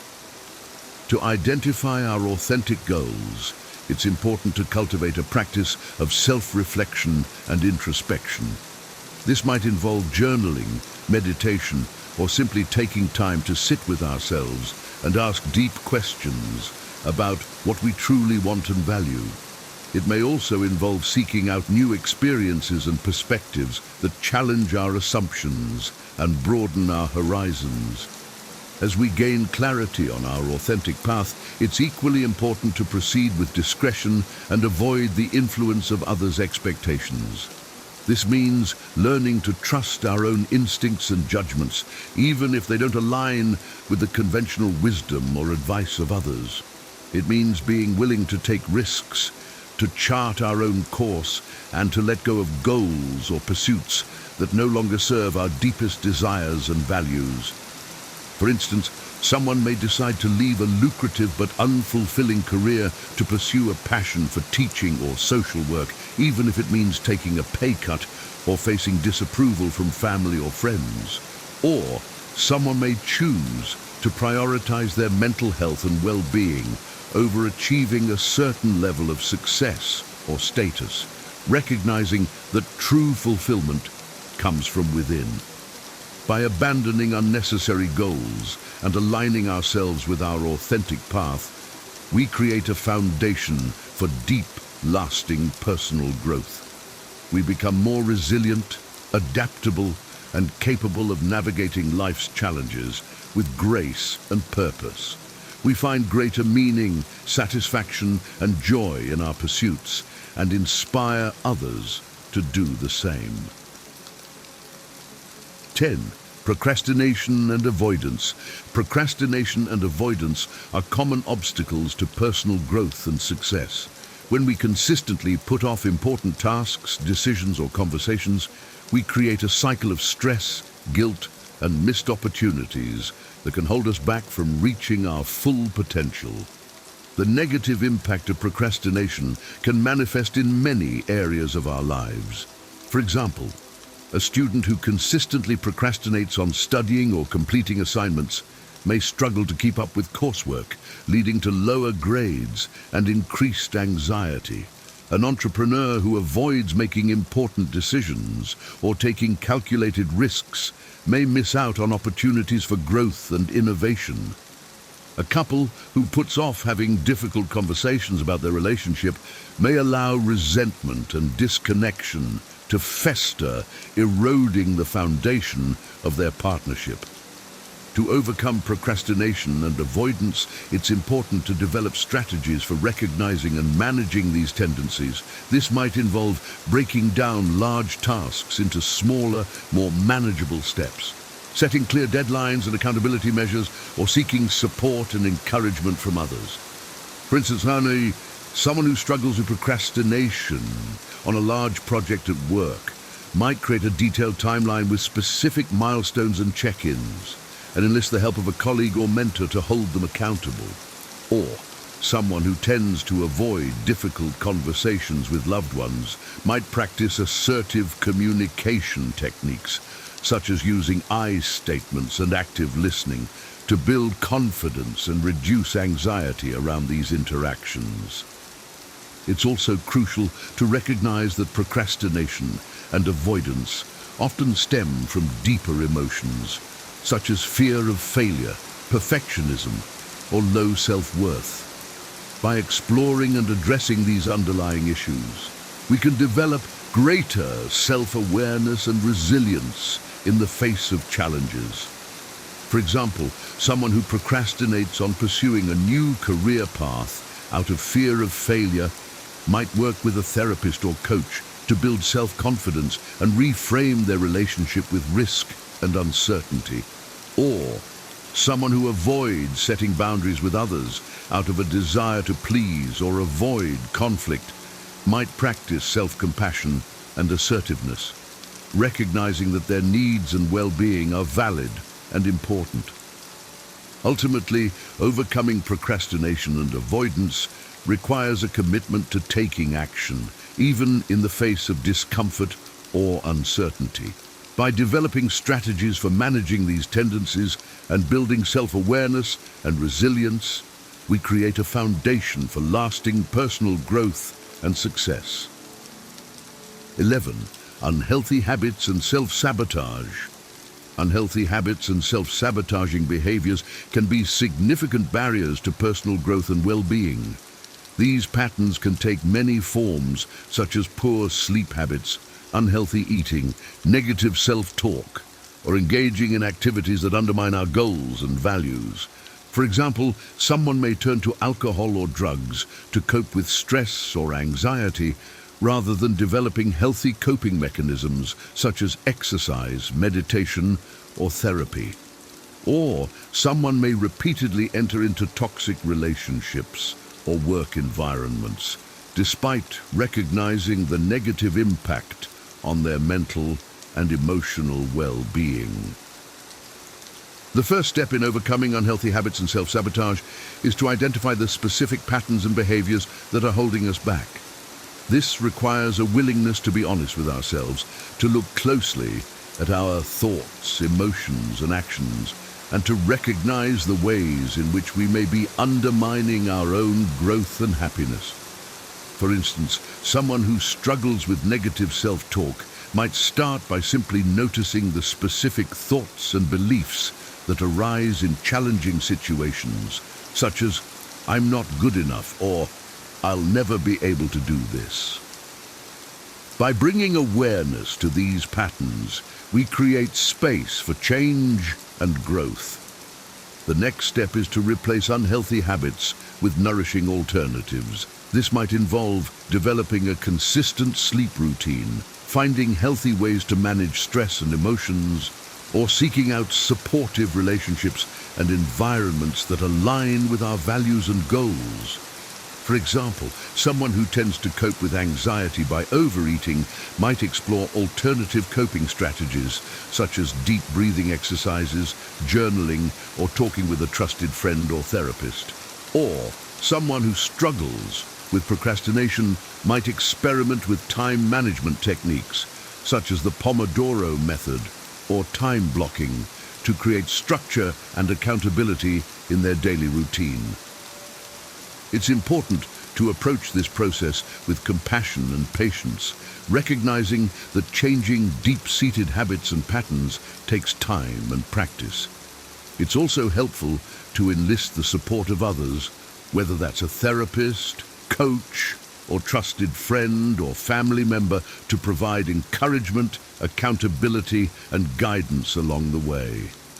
Ultimately, overcoming unhealthy habits and self-sabotage requires a commitment to self-awareness, self-care, and personal growth. By identifying the specific patterns that hold us back, replacing them with nourishing alternatives and seeking out support and resources, we create a foundation for lasting change and transformation. 12. The need to always be right. The need to always be right is a common trap that can hinder personal growth and damage relationships. When we become overly attached to our own opinions, beliefs, and ways of doing things, we risk closing ourselves off to new perspectives, ideas, and opportunities for learning and connection. This pattern can manifest in many ways, such as arguing with others, even when it's not necessary or productive, refusing to admit when we're wrong or have made a mistake, or dismissing or invalidating the experiences and viewpoints of others. The value of humility and open-mindedness in personal growth cannot be overstated. When we cultivate a willingness to listen, learn, and consider other perspectives, we expand our own understanding of the world and ourselves. We become more adaptable, resilient, and capable of navigating complex challenges and relationships. To develop greater humility and open-mindedness, it's important to practice active listening and empathy. This means setting aside our own agendas and opinions temporarily and focusing on understanding and validating the experiences and perspectives of others. It means asking questions, seeking clarification, and being willing to change our minds or admit when we're wrong. For example, in a disagreement with a colleague or family member, instead of immediately defending our own position or trying to prove the other person wrong, we might ask open-ended questions to better understand their perspective, such as, "Can you tell me more about why you feel that way?" Or, "What experiences have led you to that conclusion?" By creating space for dialogue and understanding, we open up possibilities for growth, connection, and collaboration. It's also helpful to cultivate a growth mindset, recognizing that our own knowledge and understanding is always evolving and incomplete.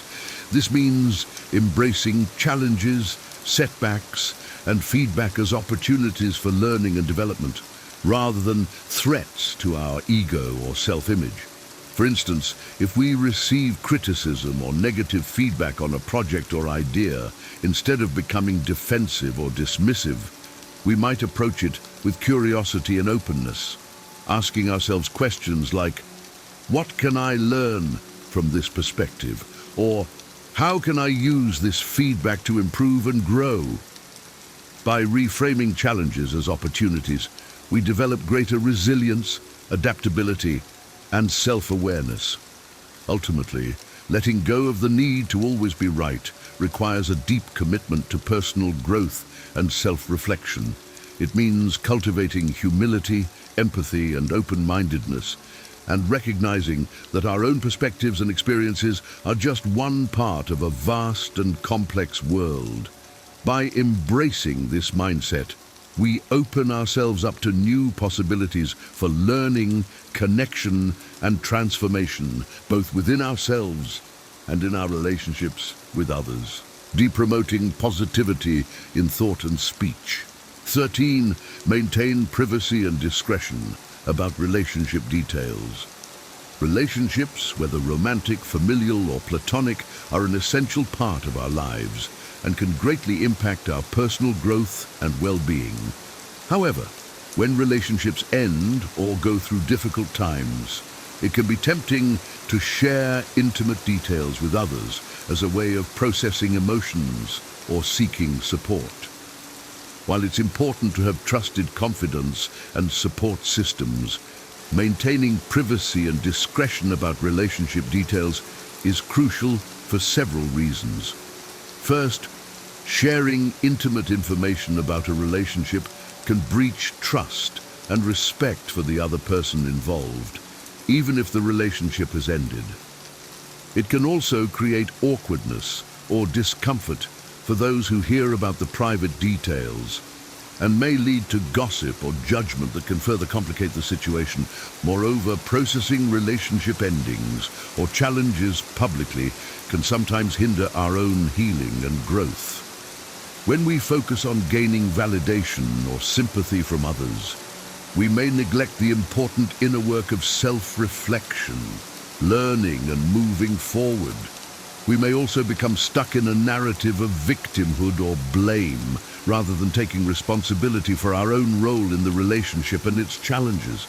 Instead, it's important to find healthy, private ways to process relationship endings and challenges. This might involve journaling, meditation, or speaking with a trusted therapist or counselor who can provide a safe, confidential space for exploration and healing. It might also involve setting clear boundaries with others about what we are and are not willing to share, and communicating our needs for support and privacy directly and respectfully. For example, if a friend or family member asks for details about a recent breakup, we might respond with something like, "I appreciate your concern, but I'm not comfortable sharing private details about my relationship. What I really need right now is your support and understanding as I work through this challenging time." By setting clear boundaries and communicating our needs, we create a foundation for healthy, respectful relationships with others and with ourselves. 14. Don't participate in gossip and negativity. Gossip and negativity are all too common in many social and professional circles and can have a corrosive effect on our personal growth and well-being. When we engage in gossip or negative talk about others, we contribute to a culture of judgment, mistrust, and disconnection that can hinder our own growth and success. The negative impact of gossip can be far-reaching. It can damage reputations, relationships, and opportunities, and create a toxic environment that breeds fear, resentment, and hostility. It can also reinforce negative stereotypes and prejudices and contribute to a culture of exclusion and discrimination. Moreover, participating in gossip and negativity can have a detrimental effect on our own mental and emotional well-being. When we focus on the faults and shortcomings of others, we neglect our own self-reflection and growth.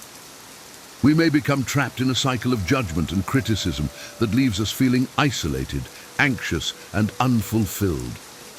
To avoid participating in gossip and negativity, it's important to cultivate a mindset of empathy, compassion, and positivity. This means looking for the best in others, even when they may be struggling or making mistakes. It means seeking to understand and support rather than judge and criticize. And it means modeling kindness, respect, and integrity in our own words and actions, even when it may be difficult or unpopular. For example, if we hear colleagues or friends engaging in negative gossip about someone else, we might gently redirect the conversation by saying something like, "I don't feel comfortable talking about someone who isn't here to defend themselves. Let's focus on the positive things we appreciate about each other and our work together." By setting a tone of empathy and respect, we create a ripple effect of positivity that can transform our relationships and communities. It's also important to be mindful of our own tendencies towards negativity and judgment, and to actively work to shift our mindset and behavior. This might involve practicing gratitude, self-compassion, and forgiveness, and surrounding ourselves with positive, supportive people who uplift and inspire us. Ultimately, Avoiding gossip and negativity is about choosing to be a force for good in the world and recognizing that our words and actions have the power to heal or harm. By cultivating empathy, compassion, and positivity, we not only enhance our own personal growth and well-being, but also contribute to a more loving, connected, and thriving world. 15. Clutter and excess possessions. In our modern consumer culture, it's easy to accumulate clutter and excess possessions that can weigh us down both physically and emotionally. From overflowing closets and garages to crowded bookshelves and kitchen counters, the stuff we own can often take up valuable space in our lives and minds, hindering our ability to focus on what truly matters. The psychological benefits of simplifying our living spaces are well documented. Studies have shown that a decluttered environment can reduce stress and anxiety, improve focus and productivity, and even boost creativity and self-esteem. When we let go of the things that no longer serve us, we create space for new opportunities, experiences, and growth. Moreover, the process of decluttering itself can be a powerful tool for self-reflection and personal development. As we sort through our possessions, we're forced to confront our own values, priorities, and emotional attachments. We may discover that we've been holding on to things out of fear, guilt, or a sense of scarcity, rather than true necessity or joy. By letting go of these emotional and physical burdens, we free ourselves to live more authentically and abundantly. To begin the process of decluttering, it's helpful to start small and focus on one area or category at a time. This might involve tackling a single drawer, closet, or room, and sorting items into piles of keep, donate, and discard. As we make decisions about what to let go of, it's important to be honest with ourselves about what truly brings us value and aligns with our goals and values. For example, we might ask ourselves questions like, when was the last time I used this item? Or, does this possession bring me joy or serve a necessary purpose in my life? By focusing on the things that truly matter to us, we create a living space that reflects our authentic selves and supports our personal growth and well-being. It's also helpful to develop systems and habits that prevent clutter from accumulating in the first place. This might involve implementing a one-in, one-out rule for new purchases, or regularly reassessing and purging our possessions to keep our spaces streamlined and intentional. Ultimately, decluttering our living spaces is about more than just tidying up our physical environment. It's about creating a foundation for a more purposeful, joyful, and fulfilling life, free from the distractions and burdens of excess. By letting go of the things that no longer serve us, we open ourselves up to new possibilities for growth, connection, and abundance. 16. Toxic relationships and one-sided friendships. Relationships are an essential part of our lives, providing us with support, connection, and opportunities for growth and learning. However, not all relationships are created equal, and some can be toxic or one-sided, draining our energy and hindering our personal development. Toxic relationships can take many forms, from overt abuse and manipulation to more subtle patterns of negativity, criticism, or disrespect. These relationships often leave us feeling depleted, anxious, and unsupported, and can even lead to physical and mental health problems over time. Similarly, one-sided friendships can be emotionally draining and unfulfilling as we pour our time, energy, and resources into a relationship that doesn't reciprocate or value our needs and boundaries. These imbalanced dynamics can leave us feeling resentful, unappreciated, and disconnected from our own desires and goals. To cultivate healthy, supportive relationships that uplift and inspire us, it's important to be discerning about the people we allow into our lives. This means surrounding ourselves with individuals who share our values, respect our boundaries, and contribute positively to our growth and well-being. It's also crucial to learn how to set and maintain healthy boundaries in our relationships, even with those closest to us. This might involve communicating our needs and expectations clearly and directly, and being willing to say no to requests or behaviors that don't align with our values or well-being. For example, if a friend consistently cancels plans at the last minute or fails to show up for us in times of need, we might have a conversation about how their behavior is impacting us and what we need from the relationship moving forward. If the friend is unwilling or unable to make changes, it may be necessary to reevaluate the relationship and prioritize our own self-care and growth.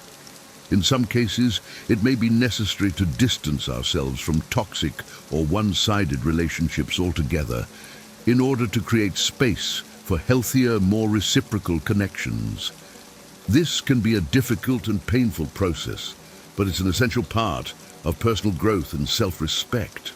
Ultimately, cultivating healthy, supportive relationships is about honoring ourselves and our own needs, while also being open to genuine connection and growth with others.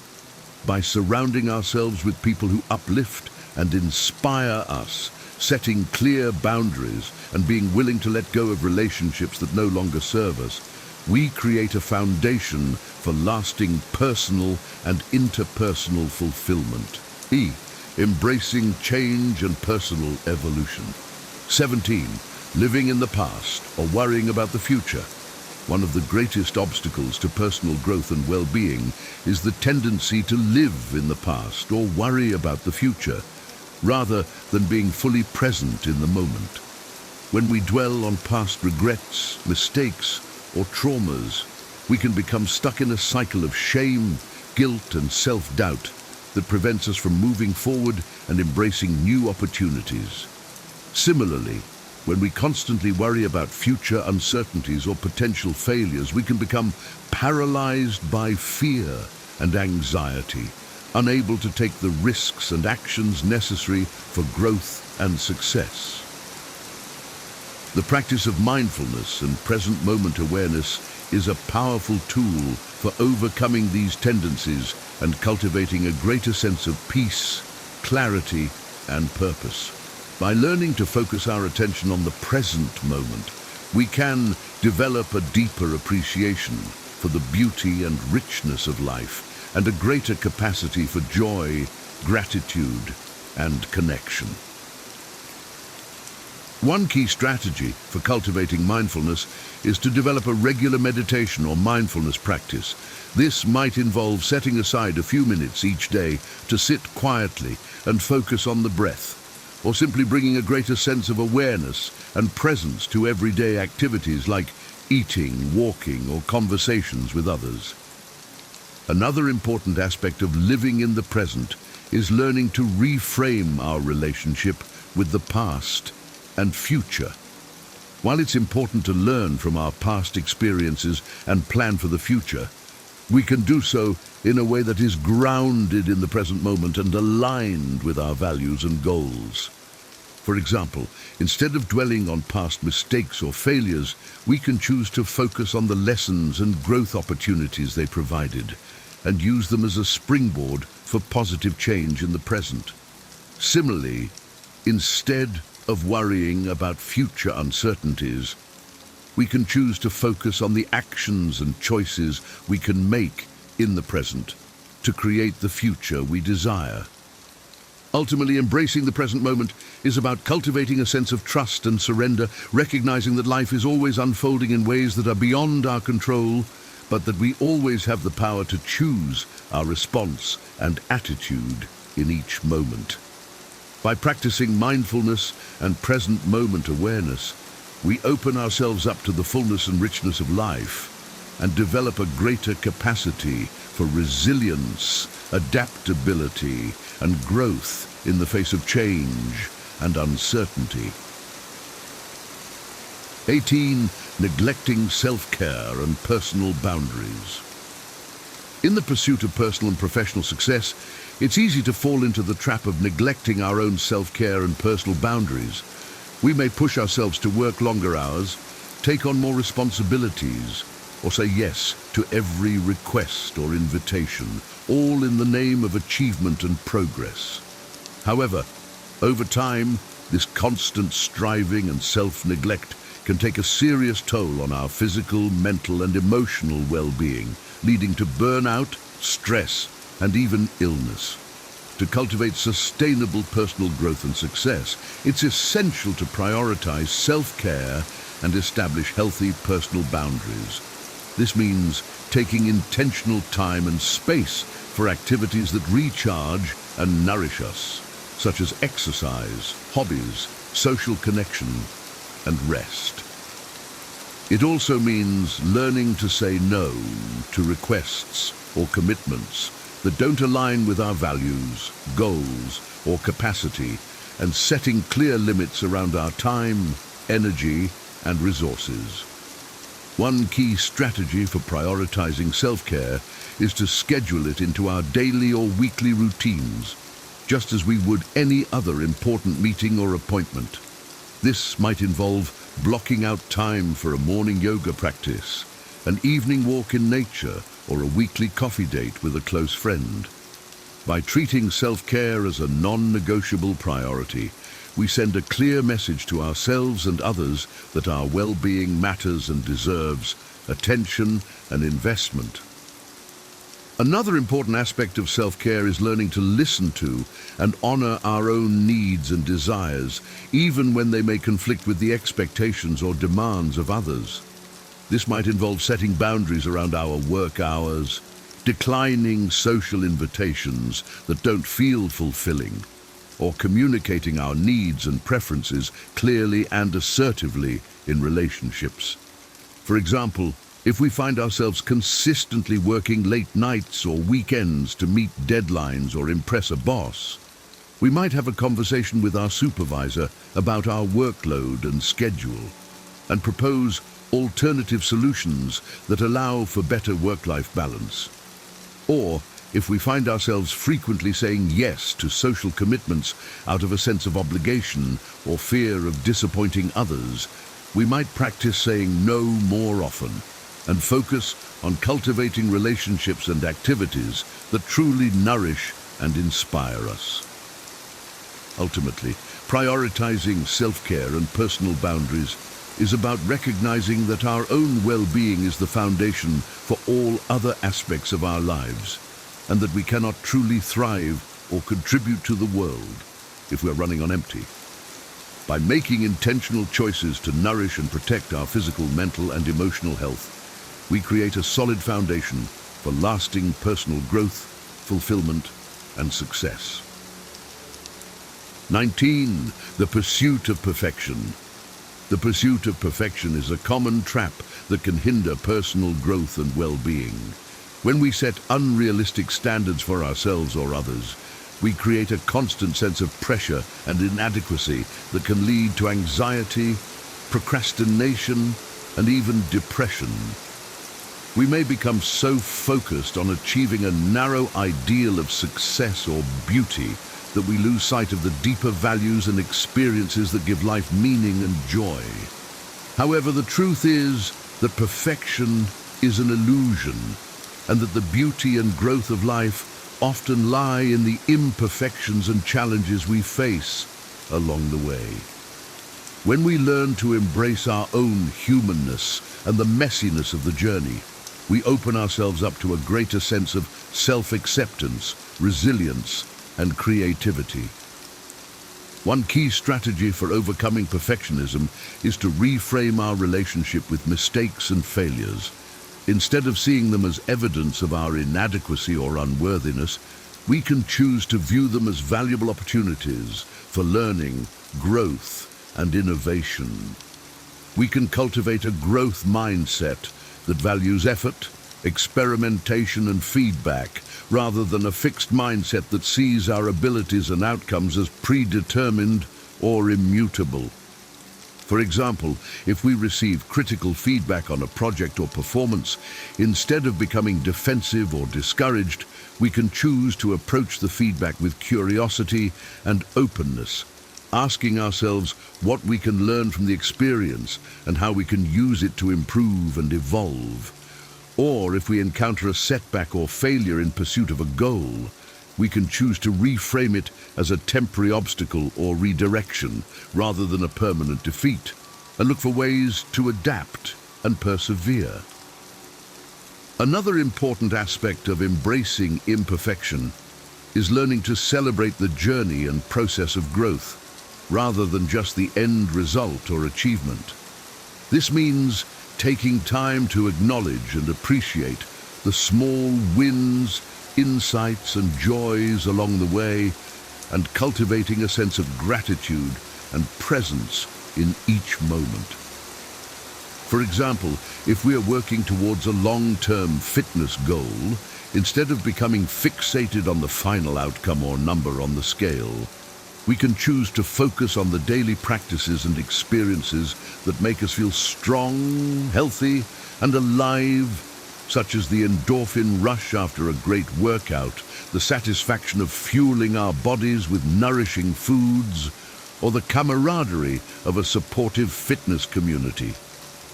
Ultimately, embracing imperfection is about recognizing that true growth and fulfillment come from the willingness to show up fully and authentically in each moment, with all of our flaws, struggles, and possibilities. By letting go of the impossible pursuit of perfection, we create space for a more rich, dynamic, and meaningful experience of life and self. 20. Fear of change and the unknown. Change and uncertainty are inevitable parts of life, but for many of us, they can also be sources of great fear and anxiety. We may cling to familiar routines, relationships, or beliefs, even when they no longer serve us, out of a desire for stability and control. We may avoid taking risks or trying new things out of a fear of failure, rejection, or the unknown. However, the truth is that change and uncertainty are also the very conditions that enable growth, creativity, and transformation.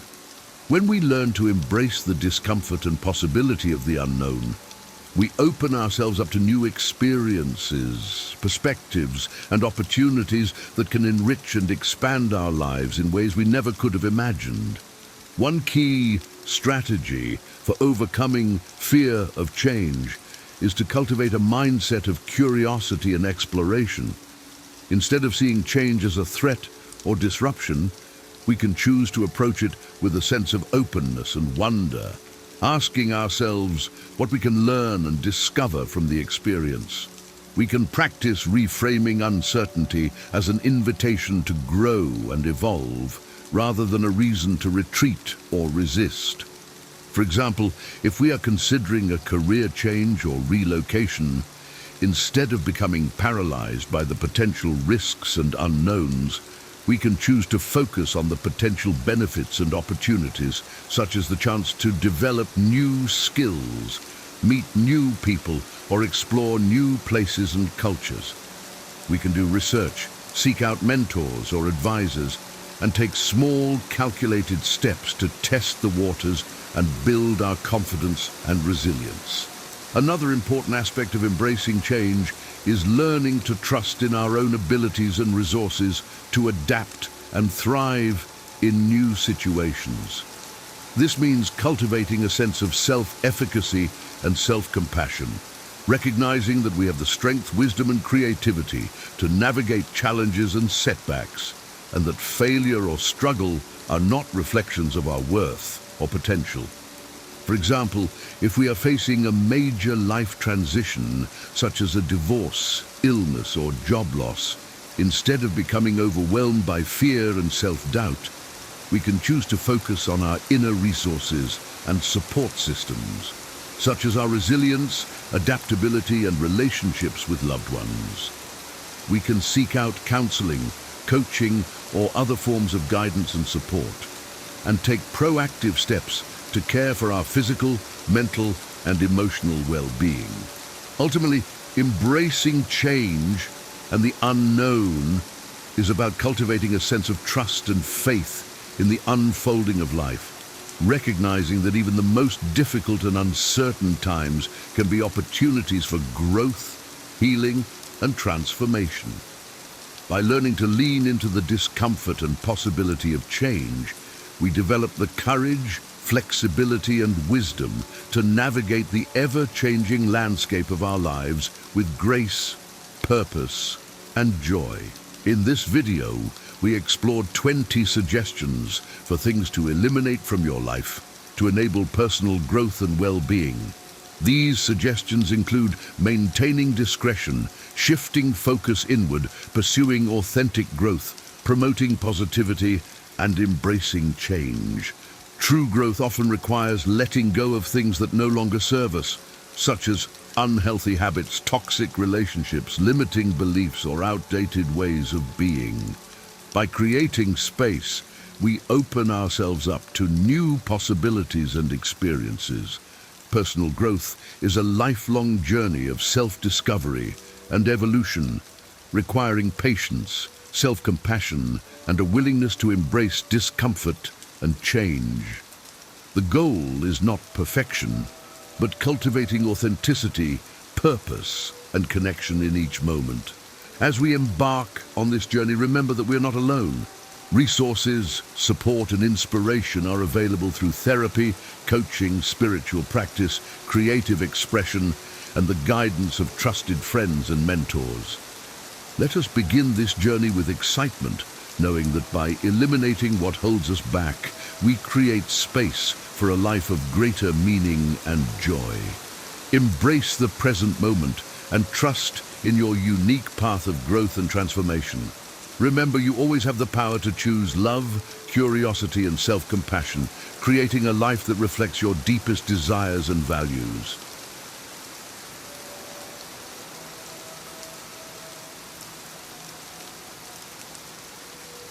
Life is a strange and chaotic journey, isn't it? You wake up one morning with a plan, a purpose, or at least you think you have one. And by lunchtime, the chaos of the world has left you adrift. I've seen it countless times.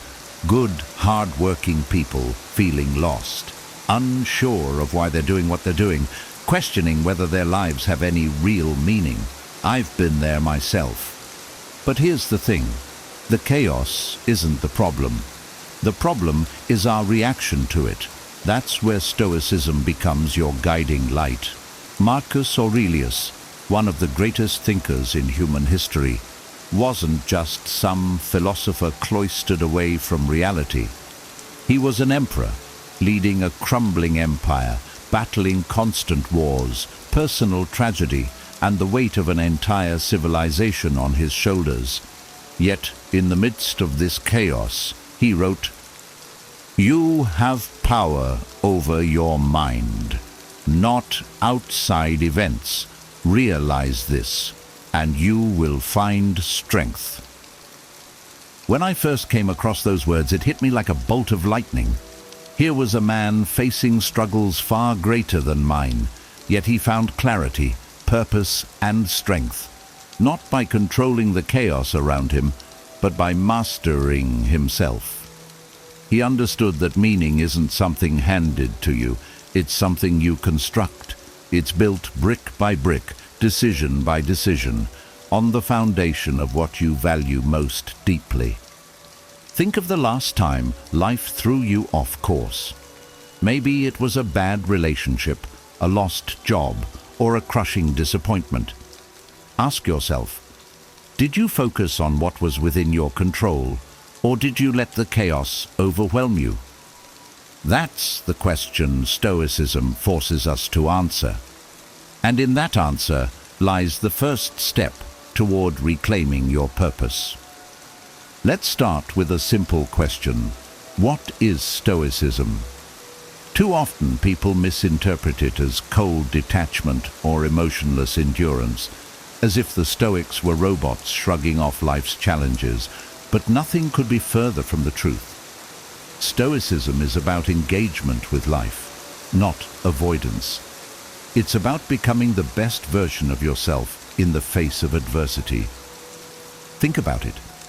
Life doesn't come with a user manual, does it? We stumble, we make mistakes, and we suffer. The ancient Stoics knew this.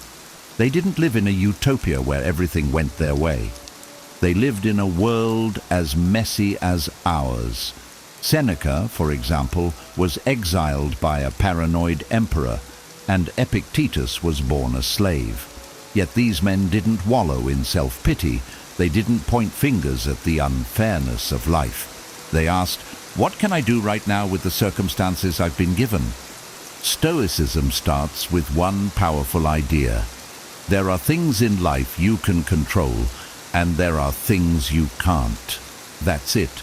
It sounds simple, but think about how often we obsess over things outside our control.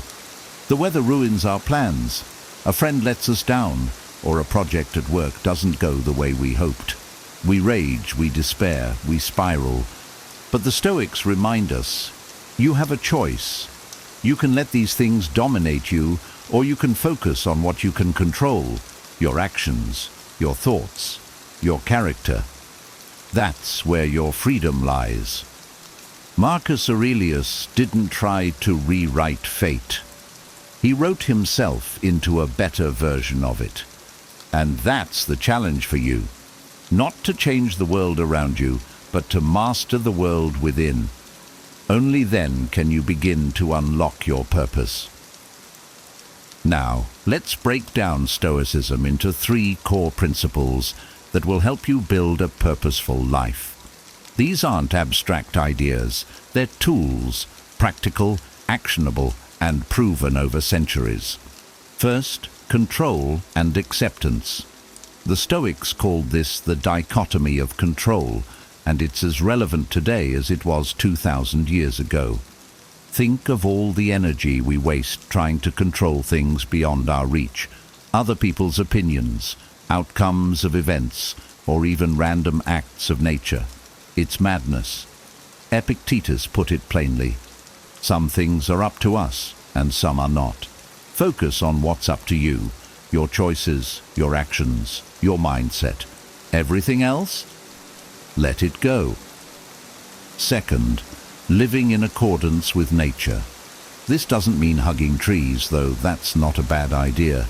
It means aligning your life with your innate purpose and the greater good of the world. Each of us has unique strengths, passions, and responsibilities. Purpose comes from embracing them. Ask yourself, are you doing what you're meant to do? Are you contributing, growing, and living authentically? When you are, life feels meaningful. When you're not, it feels empty. The Stoics knew this. Third, the 4 virtues: wisdom, courage, justice, and temperance. Wisdom to know what matters, courage to face your fears, justice to treat others fairly, temperance to avoid excess.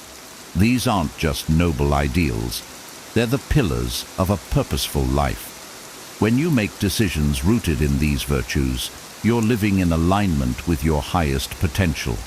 Stoicism isn't meant to be read, it's meant to be lived. Here are 4 practical strategies to bring Stoicism into your daily life and unlock your purpose. 1. Morning reflection. Start your day with intention. Marcus Aurelius would mentally prepare himself by anticipating obstacles, writing, "Today I shall meet people who are meddling, ungrateful, arrogant, dishonest, jealous, and surly." By expecting challenges, you'll respond to them with calm and purpose, instead of being blindsided. 2. Journaling. Every evening write down what you did well and where you fell short. Reflect on whether your actions aligned with your values. Over time, this practice will help you refine your decisions and stay focused on your purpose. 3. voluntary discomfort. Challenge yourself to step outside your comfort zone. Skip a meal, take a cold shower, or try something new that scares you. This builds resilience and gratitude for what you already have. 4. Gratitude and perspective. When faced with difficulties, step back and see the bigger picture. Seneca said, "Difficulties strengthen the mind as labor does the body." Hardships are opportunities for growth. Life is full of trials, isn't it? And when they come, we're tempted to label them as obstacles, barriers that block our progress. But the Stoics challenge us to see things differently. Marcus Aurelius wrote, "The impediment to action advances action. What stands in the way becomes the way." In other words, the very thing you perceive as blocking your path is often the path itself. Think about the last time you faced a major challenge. Maybe you lost a job, struggled in a relationship, or battled self-doubt. In those moments, it's easy to feel defeated. But here's the truth. Those struggles are your training ground. They're the crucible where your character is forged. Instead of asking, "Why is this happening to me?" ask, "What can I learn from this?" Every difficulty is a hidden opportunity to grow, to become more resilient, and to move closer to your purpose. The Stoics didn't avoid challenges, they embraced them. They understood that life's trials are not interruptions to our journey, but integral to it. Your obstacles don't define you, your response to them does. And when you choose to face them with courage and purpose, you turn adversity into an ally.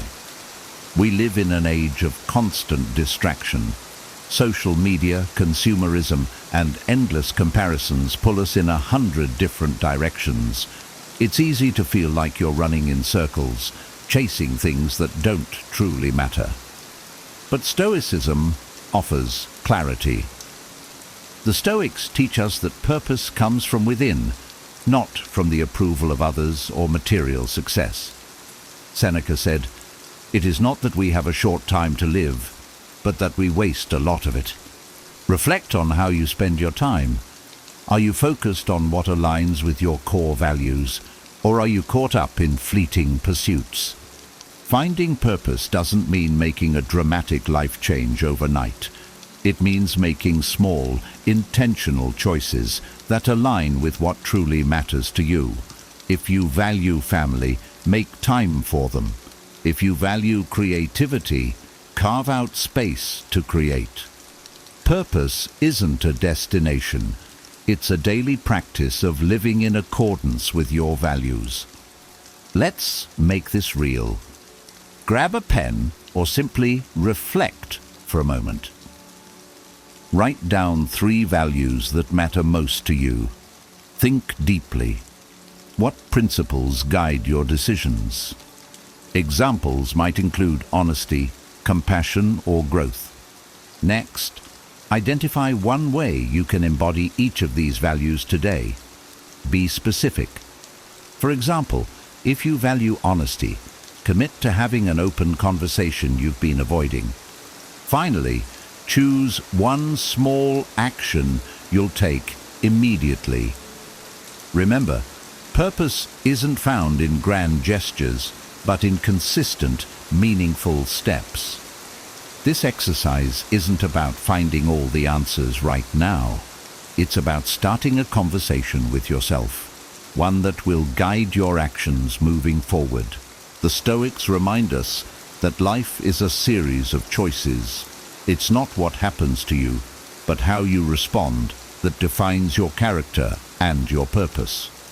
Purpose isn't something you stumble upon. It's something you create by aligning your actions with your values. I'll leave you with the words of Marcus Aurelius. Dwell on the beauty of life. Watch the stars and see yourself running with them. You are part of something vast and beautiful, and your life has meaning because you choose to give it meaning. Take what you've learned today and start small. Reflect, act, and grow. The obstacle is the way, and the way leads to purpose.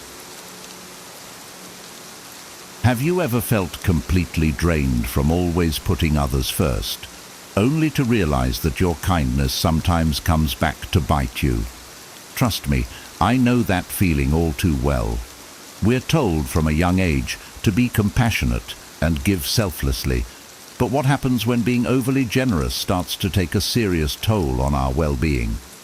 In this video, I want to share some surprising ways being too kind can actually work against you, and more importantly, how you can protect yourself while still caring for others.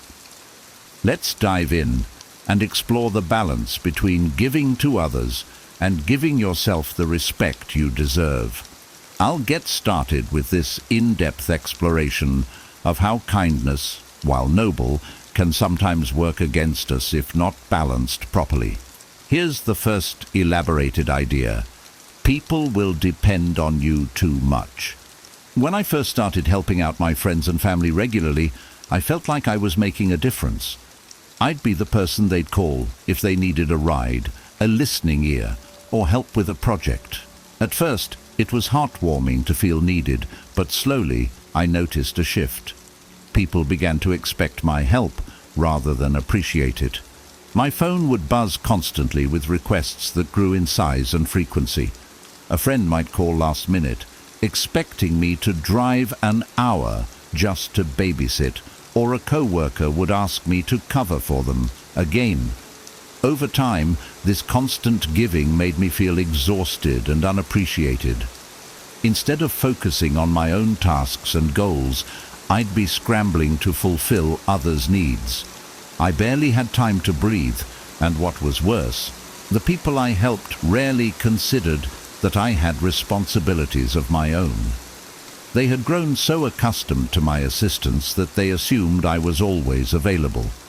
The more I gave, the less I felt seen, and eventually the imbalance began to affect my peace of mind and energy levels.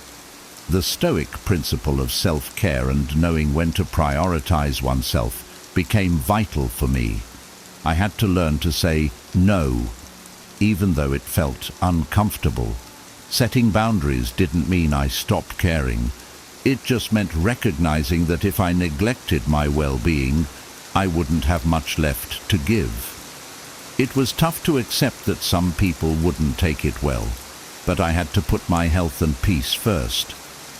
These days I consciously choose when to offer my time, making sure my needs are met so I can show up fully for others without feeling overwhelmed. It's a balancing act, but one worth mastering. You'll attract opportunists. I used to think that being overly generous would naturally build stronger and deeper relationships.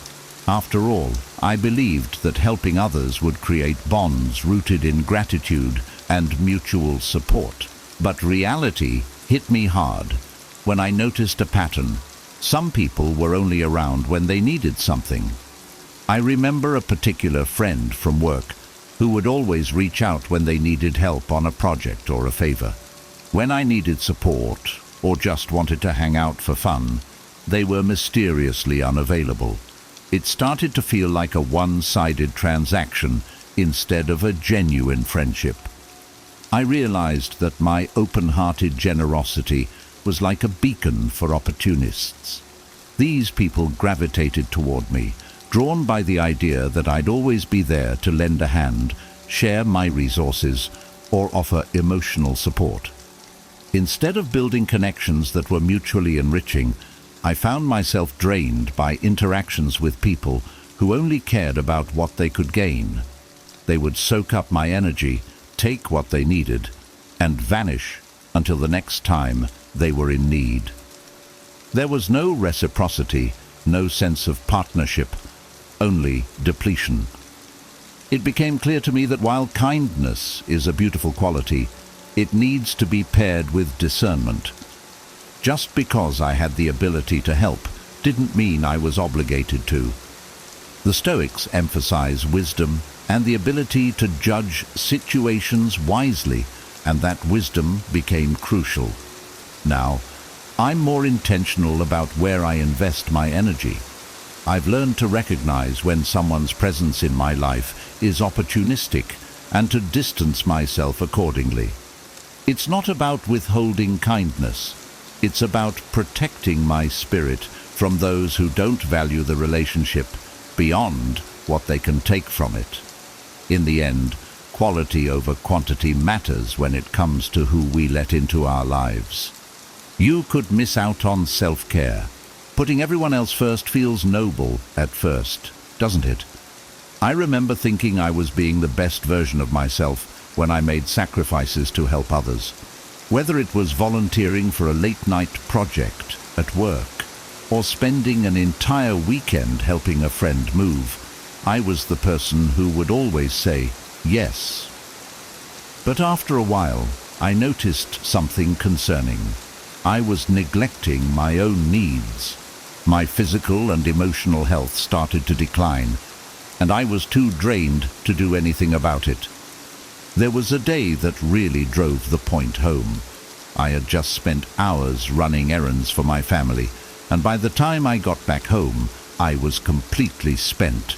My muscles ached, and my mind was foggy.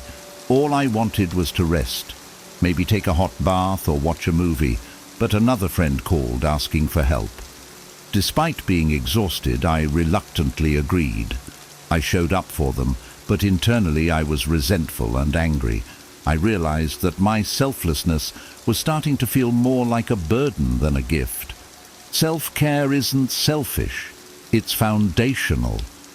The Stoics teach that self-mastery and a well-ordered mind are crucial for a fulfilled life. I couldn't take care of anyone if I didn't first take care of myself. So, I started scheduling me time and protecting it fiercely.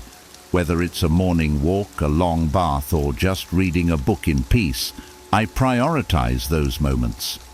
If someone asks for my help during that time, I've learned to politely decline or reschedule. Now, I'm healthier, happier, and more genuinely present when I do choose to help others. It's not about doing less.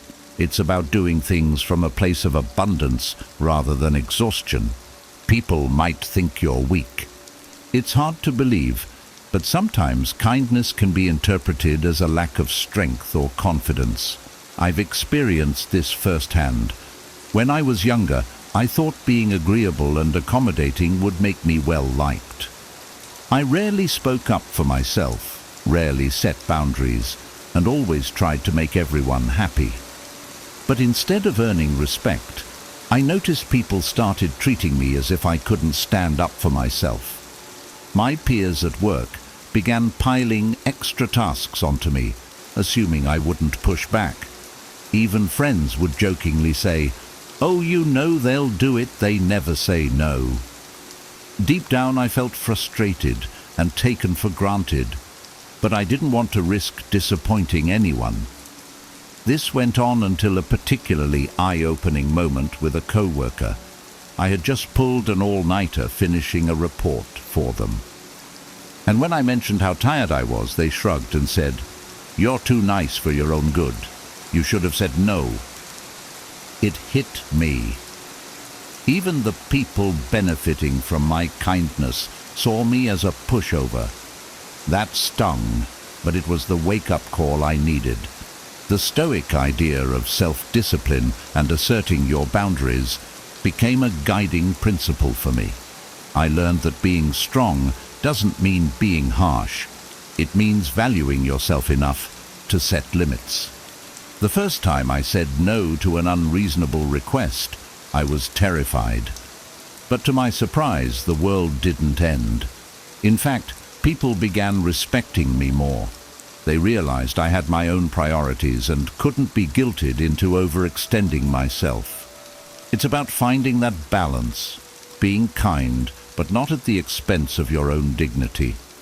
Setting boundaries showed people I was not only kind, but also strong and self-respecting, and that changed everything. You might develop a habit of avoidance. Constantly focusing on others can sometimes be a way to run away from yourself. I used to fill my days with endless acts of service, staying busy to the point of exhaustion. It made me feel good on the surface, like I was doing something valuable. But when I was alone and things got quiet, a sense of discomfort would wash over me.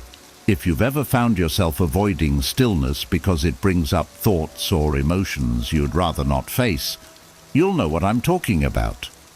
I had to confront the fact that my giving nature was sometimes a distraction from my own unresolved issues.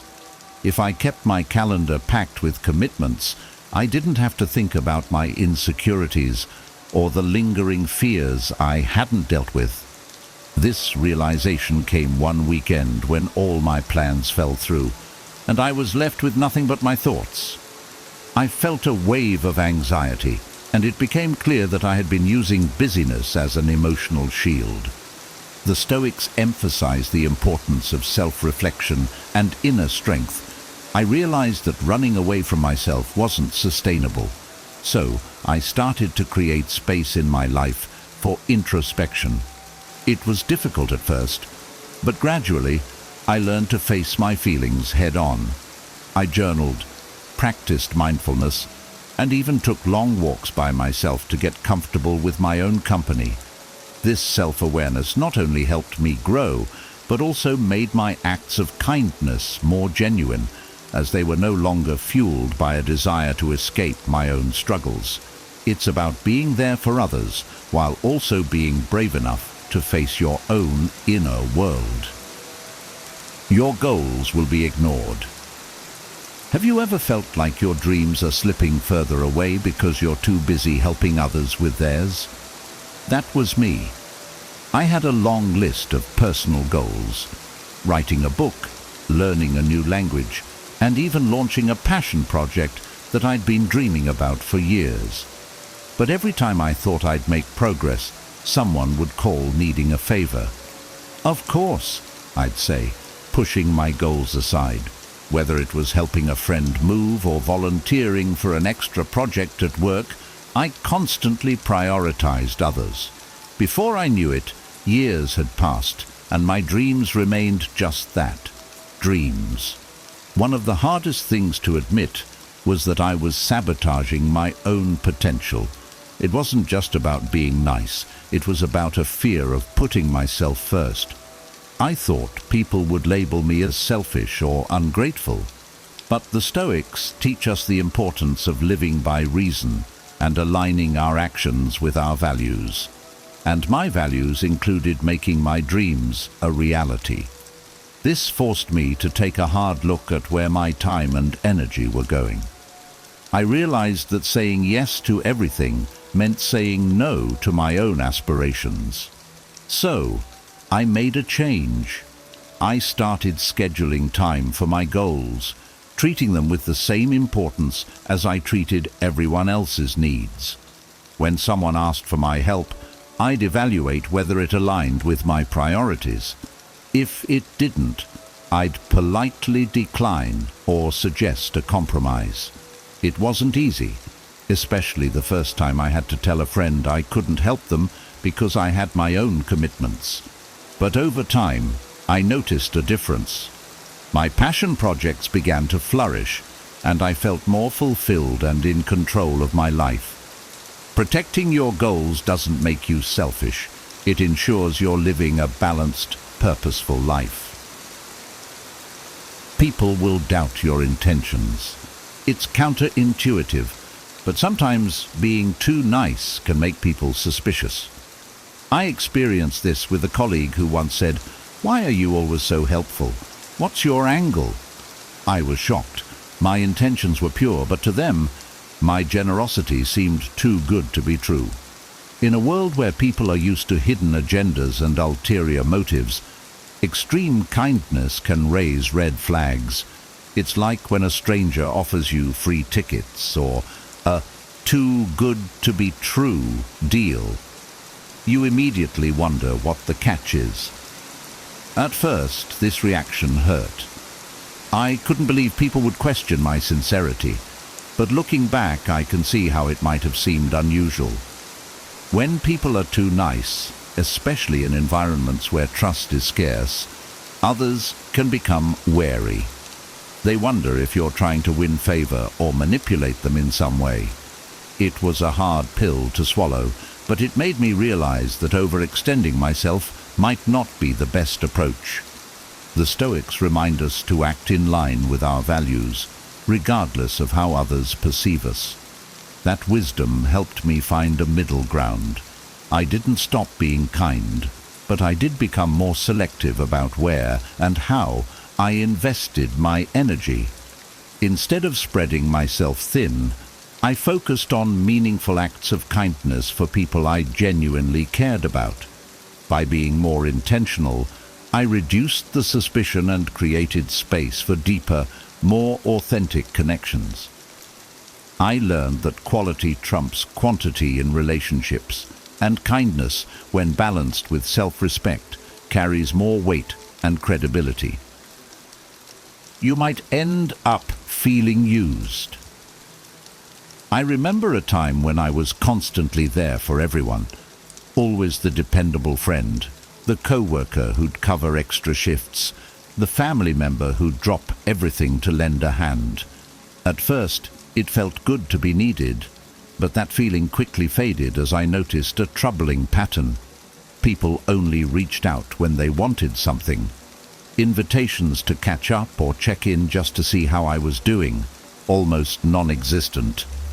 Slowly, I began to feel used, like a resource rather than a person with my own needs and emotions. It all came to a head when I helped a friend move, spending my entire weekend carrying boxes and organizing their new place. A few weeks later, I found myself in need of a favor, a small one, and that same friend was suddenly too busy. The disappointment cut deep, and I felt a wave of resentment. It wasn't the first time either. My acts of kindness were met with expectations, not appreciation, and that left me feeling drained and bitter. The Stoics teach us that emotional balance is crucial and that our peace of mind should never be dependent on others' behavior. I realized that I had to change how I gave, not to receive something in return, but to protect my own well-being. I started asking myself, am I giving because I truly want to, or am I giving out of obligation or a need for validation? If the answer was the latter, I paused. It's okay to be kind, but it's equally okay to protect yourself from feeling used. By being mindful of who I give to and why, I've learned to preserve my energy and ensure that I'm acting from a place of genuine care, not from a fear of disappointing others. Your kindness might enable irresponsibility. Have you ever found yourself doing so much for someone that they no longer felt the need to handle their own responsibilities? I've definitely been there. A close family member once struggled with managing their finances, and I would always swoop in to pay their bills or help them organize their expenses. I thought I was doing the right thing, being supportive and easing their burden. But in reality, my constant rescue missions enabled their financial irresponsibility. They didn't feel the pressure to learn or change because I was always there to save the day. It's a harsh reality. Sometimes our kindness can do more harm than good. The Stoics emphasize the importance of moderation and rational decision-making, and that applies to giving as well. If we constantly take over someone's responsibilities, we rob them of the opportunity to grow and become independent. This doesn't mean we shouldn't help. It means we should be mindful of how we help. Instead of always stepping in, we can offer guidance and support while still encouraging them to take ownership of their problems. Now, I'm more intentional about how I assist others. For that same family member, I stopped offering financial bailouts. Instead, I helped them set up a budget and encouraged them to seek advice from a professional. It wasn't easy to watch them struggle at first, but it was necessary for their growth. Sometimes the kindest thing we can do is to let people learn from their mistakes and find their own strength. That's how we empower others without sacrificing our own peace. You'll feel overwhelmed and stressed. Being everyone's go-to helper might seem honorable, but it's a fast track to burnout. I used to say yes to everything, helping friends move, volunteering for extra work, taking care of family errands, and it left me feeling constantly overwhelmed. My schedule was packed to the point that I barely had time to rest or even enjoy simple things, like reading a book or taking a quiet walk. The stress built up, affecting not only my mental health but my physical well-being too. I'd lie awake at night, my mind racing with all the things I had to do for everyone else. One morning, I woke up exhausted and thought, how did I get here? The answer was simple. I hadn't set boundaries. I was so focused on being available for everyone else that I neglected my own needs. The Stoics teach us the value of balance and self-control, and it became clear that I needed to make some changes. It was time to stop treating self-care as a luxury and start treating it as a necessity. I learned to say no without feeling guilty, and it was life-changing. I prioritized my well-being and even scheduled do-nothing time, where I could just relax or do something I loved. If a friend asked for help during my designated self-care hours, I'd explain that I had a prior commitment, even if that commitment was to myself. Setting these boundaries helped me show up more fully when I did choose to help, without feeling overburdened or stressed. It taught me that it's possible to be kind and generous without sacrificing my own peace and happiness. Strategies to protect yourself. Listen to your emotions. It took me a long time to realize that my body and emotions were trying to tell me something every time I felt burned out from helping others. I used to ignore those feelings, brushing them off as a sign that I just needed to work harder or be more selfless. But the truth is, our emotions and physical sensations are often our first indicators that something is off balance. There was a time when I agreed to help a friend organize a huge event. I thought it would be fun and rewarding, but as the weeks went by, I started feeling a heavy sense of dread and anxiety. I wasn't sleeping well, and I felt on edge every time my phone buzzed with another request for help. I'd push through, telling myself that feeling resentful wasn't kind or right, but the resentment kept building. Eventually, I snapped at my friend over something minor, and that's when I knew I had to pause and reflect. The Stoics emphasize the importance of self-awareness, and I realized I needed to honor my emotions instead of ignoring them. Our feelings serve as messengers, telling us when we've stretched ourselves too thin. Now, I pay close attention to how I feel when helping someone. If I notice that familiar anxiety creeping in or feel a wave of exhaustion, I give myself permission to step back. I might take a walk, meditate, or journal about what's bothering me.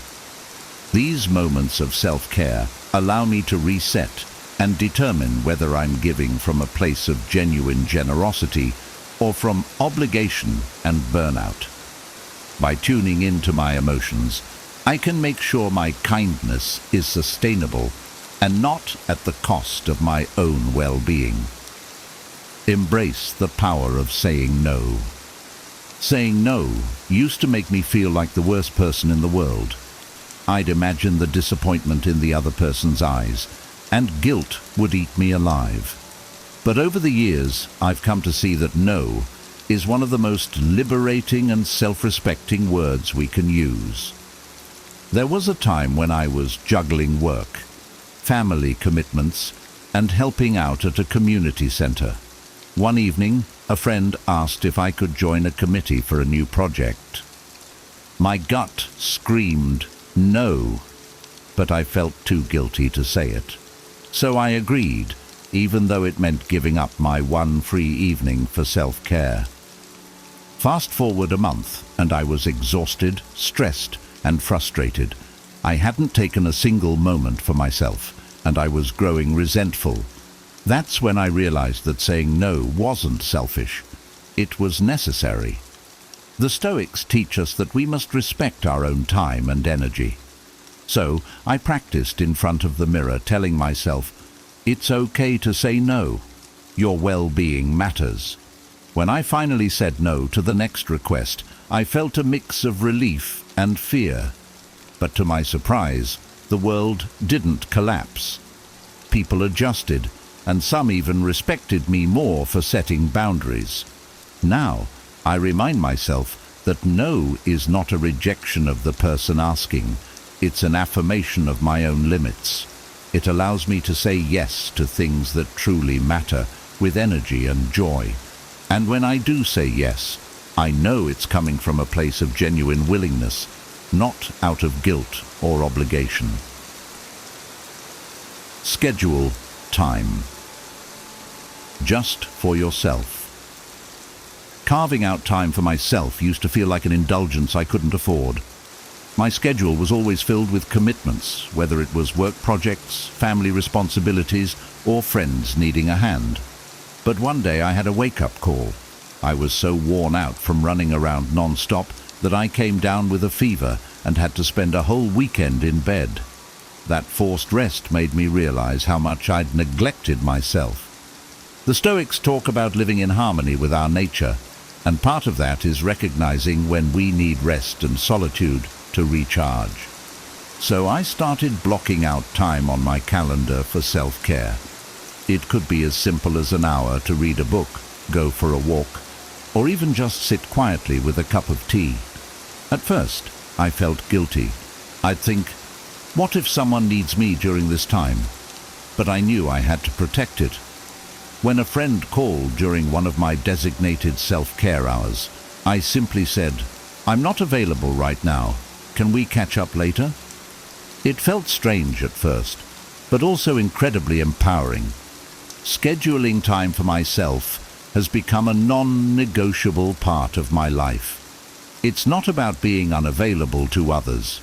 It's about being fully present when I do show up. By guarding this time fiercely, I've become more grounded, energized, and able to help others from a place of abundance rather than depletion. Now, self-care isn't a luxury. It's an essential part of my routine, and I'm all the better for it. Set clear boundaries. Identifying and dealing with energy vampires was one of the hardest but most necessary changes I had to make. We all know those people who leave us feeling exhausted after every interaction, right? For me, it was a former co-worker who would constantly vent about her problems but never seemed interested in solving them. Every conversation drained me, and I realized I was becoming a sounding board for someone who had no intention of changing or reciprocating support. Setting boundaries felt uncomfortable at first.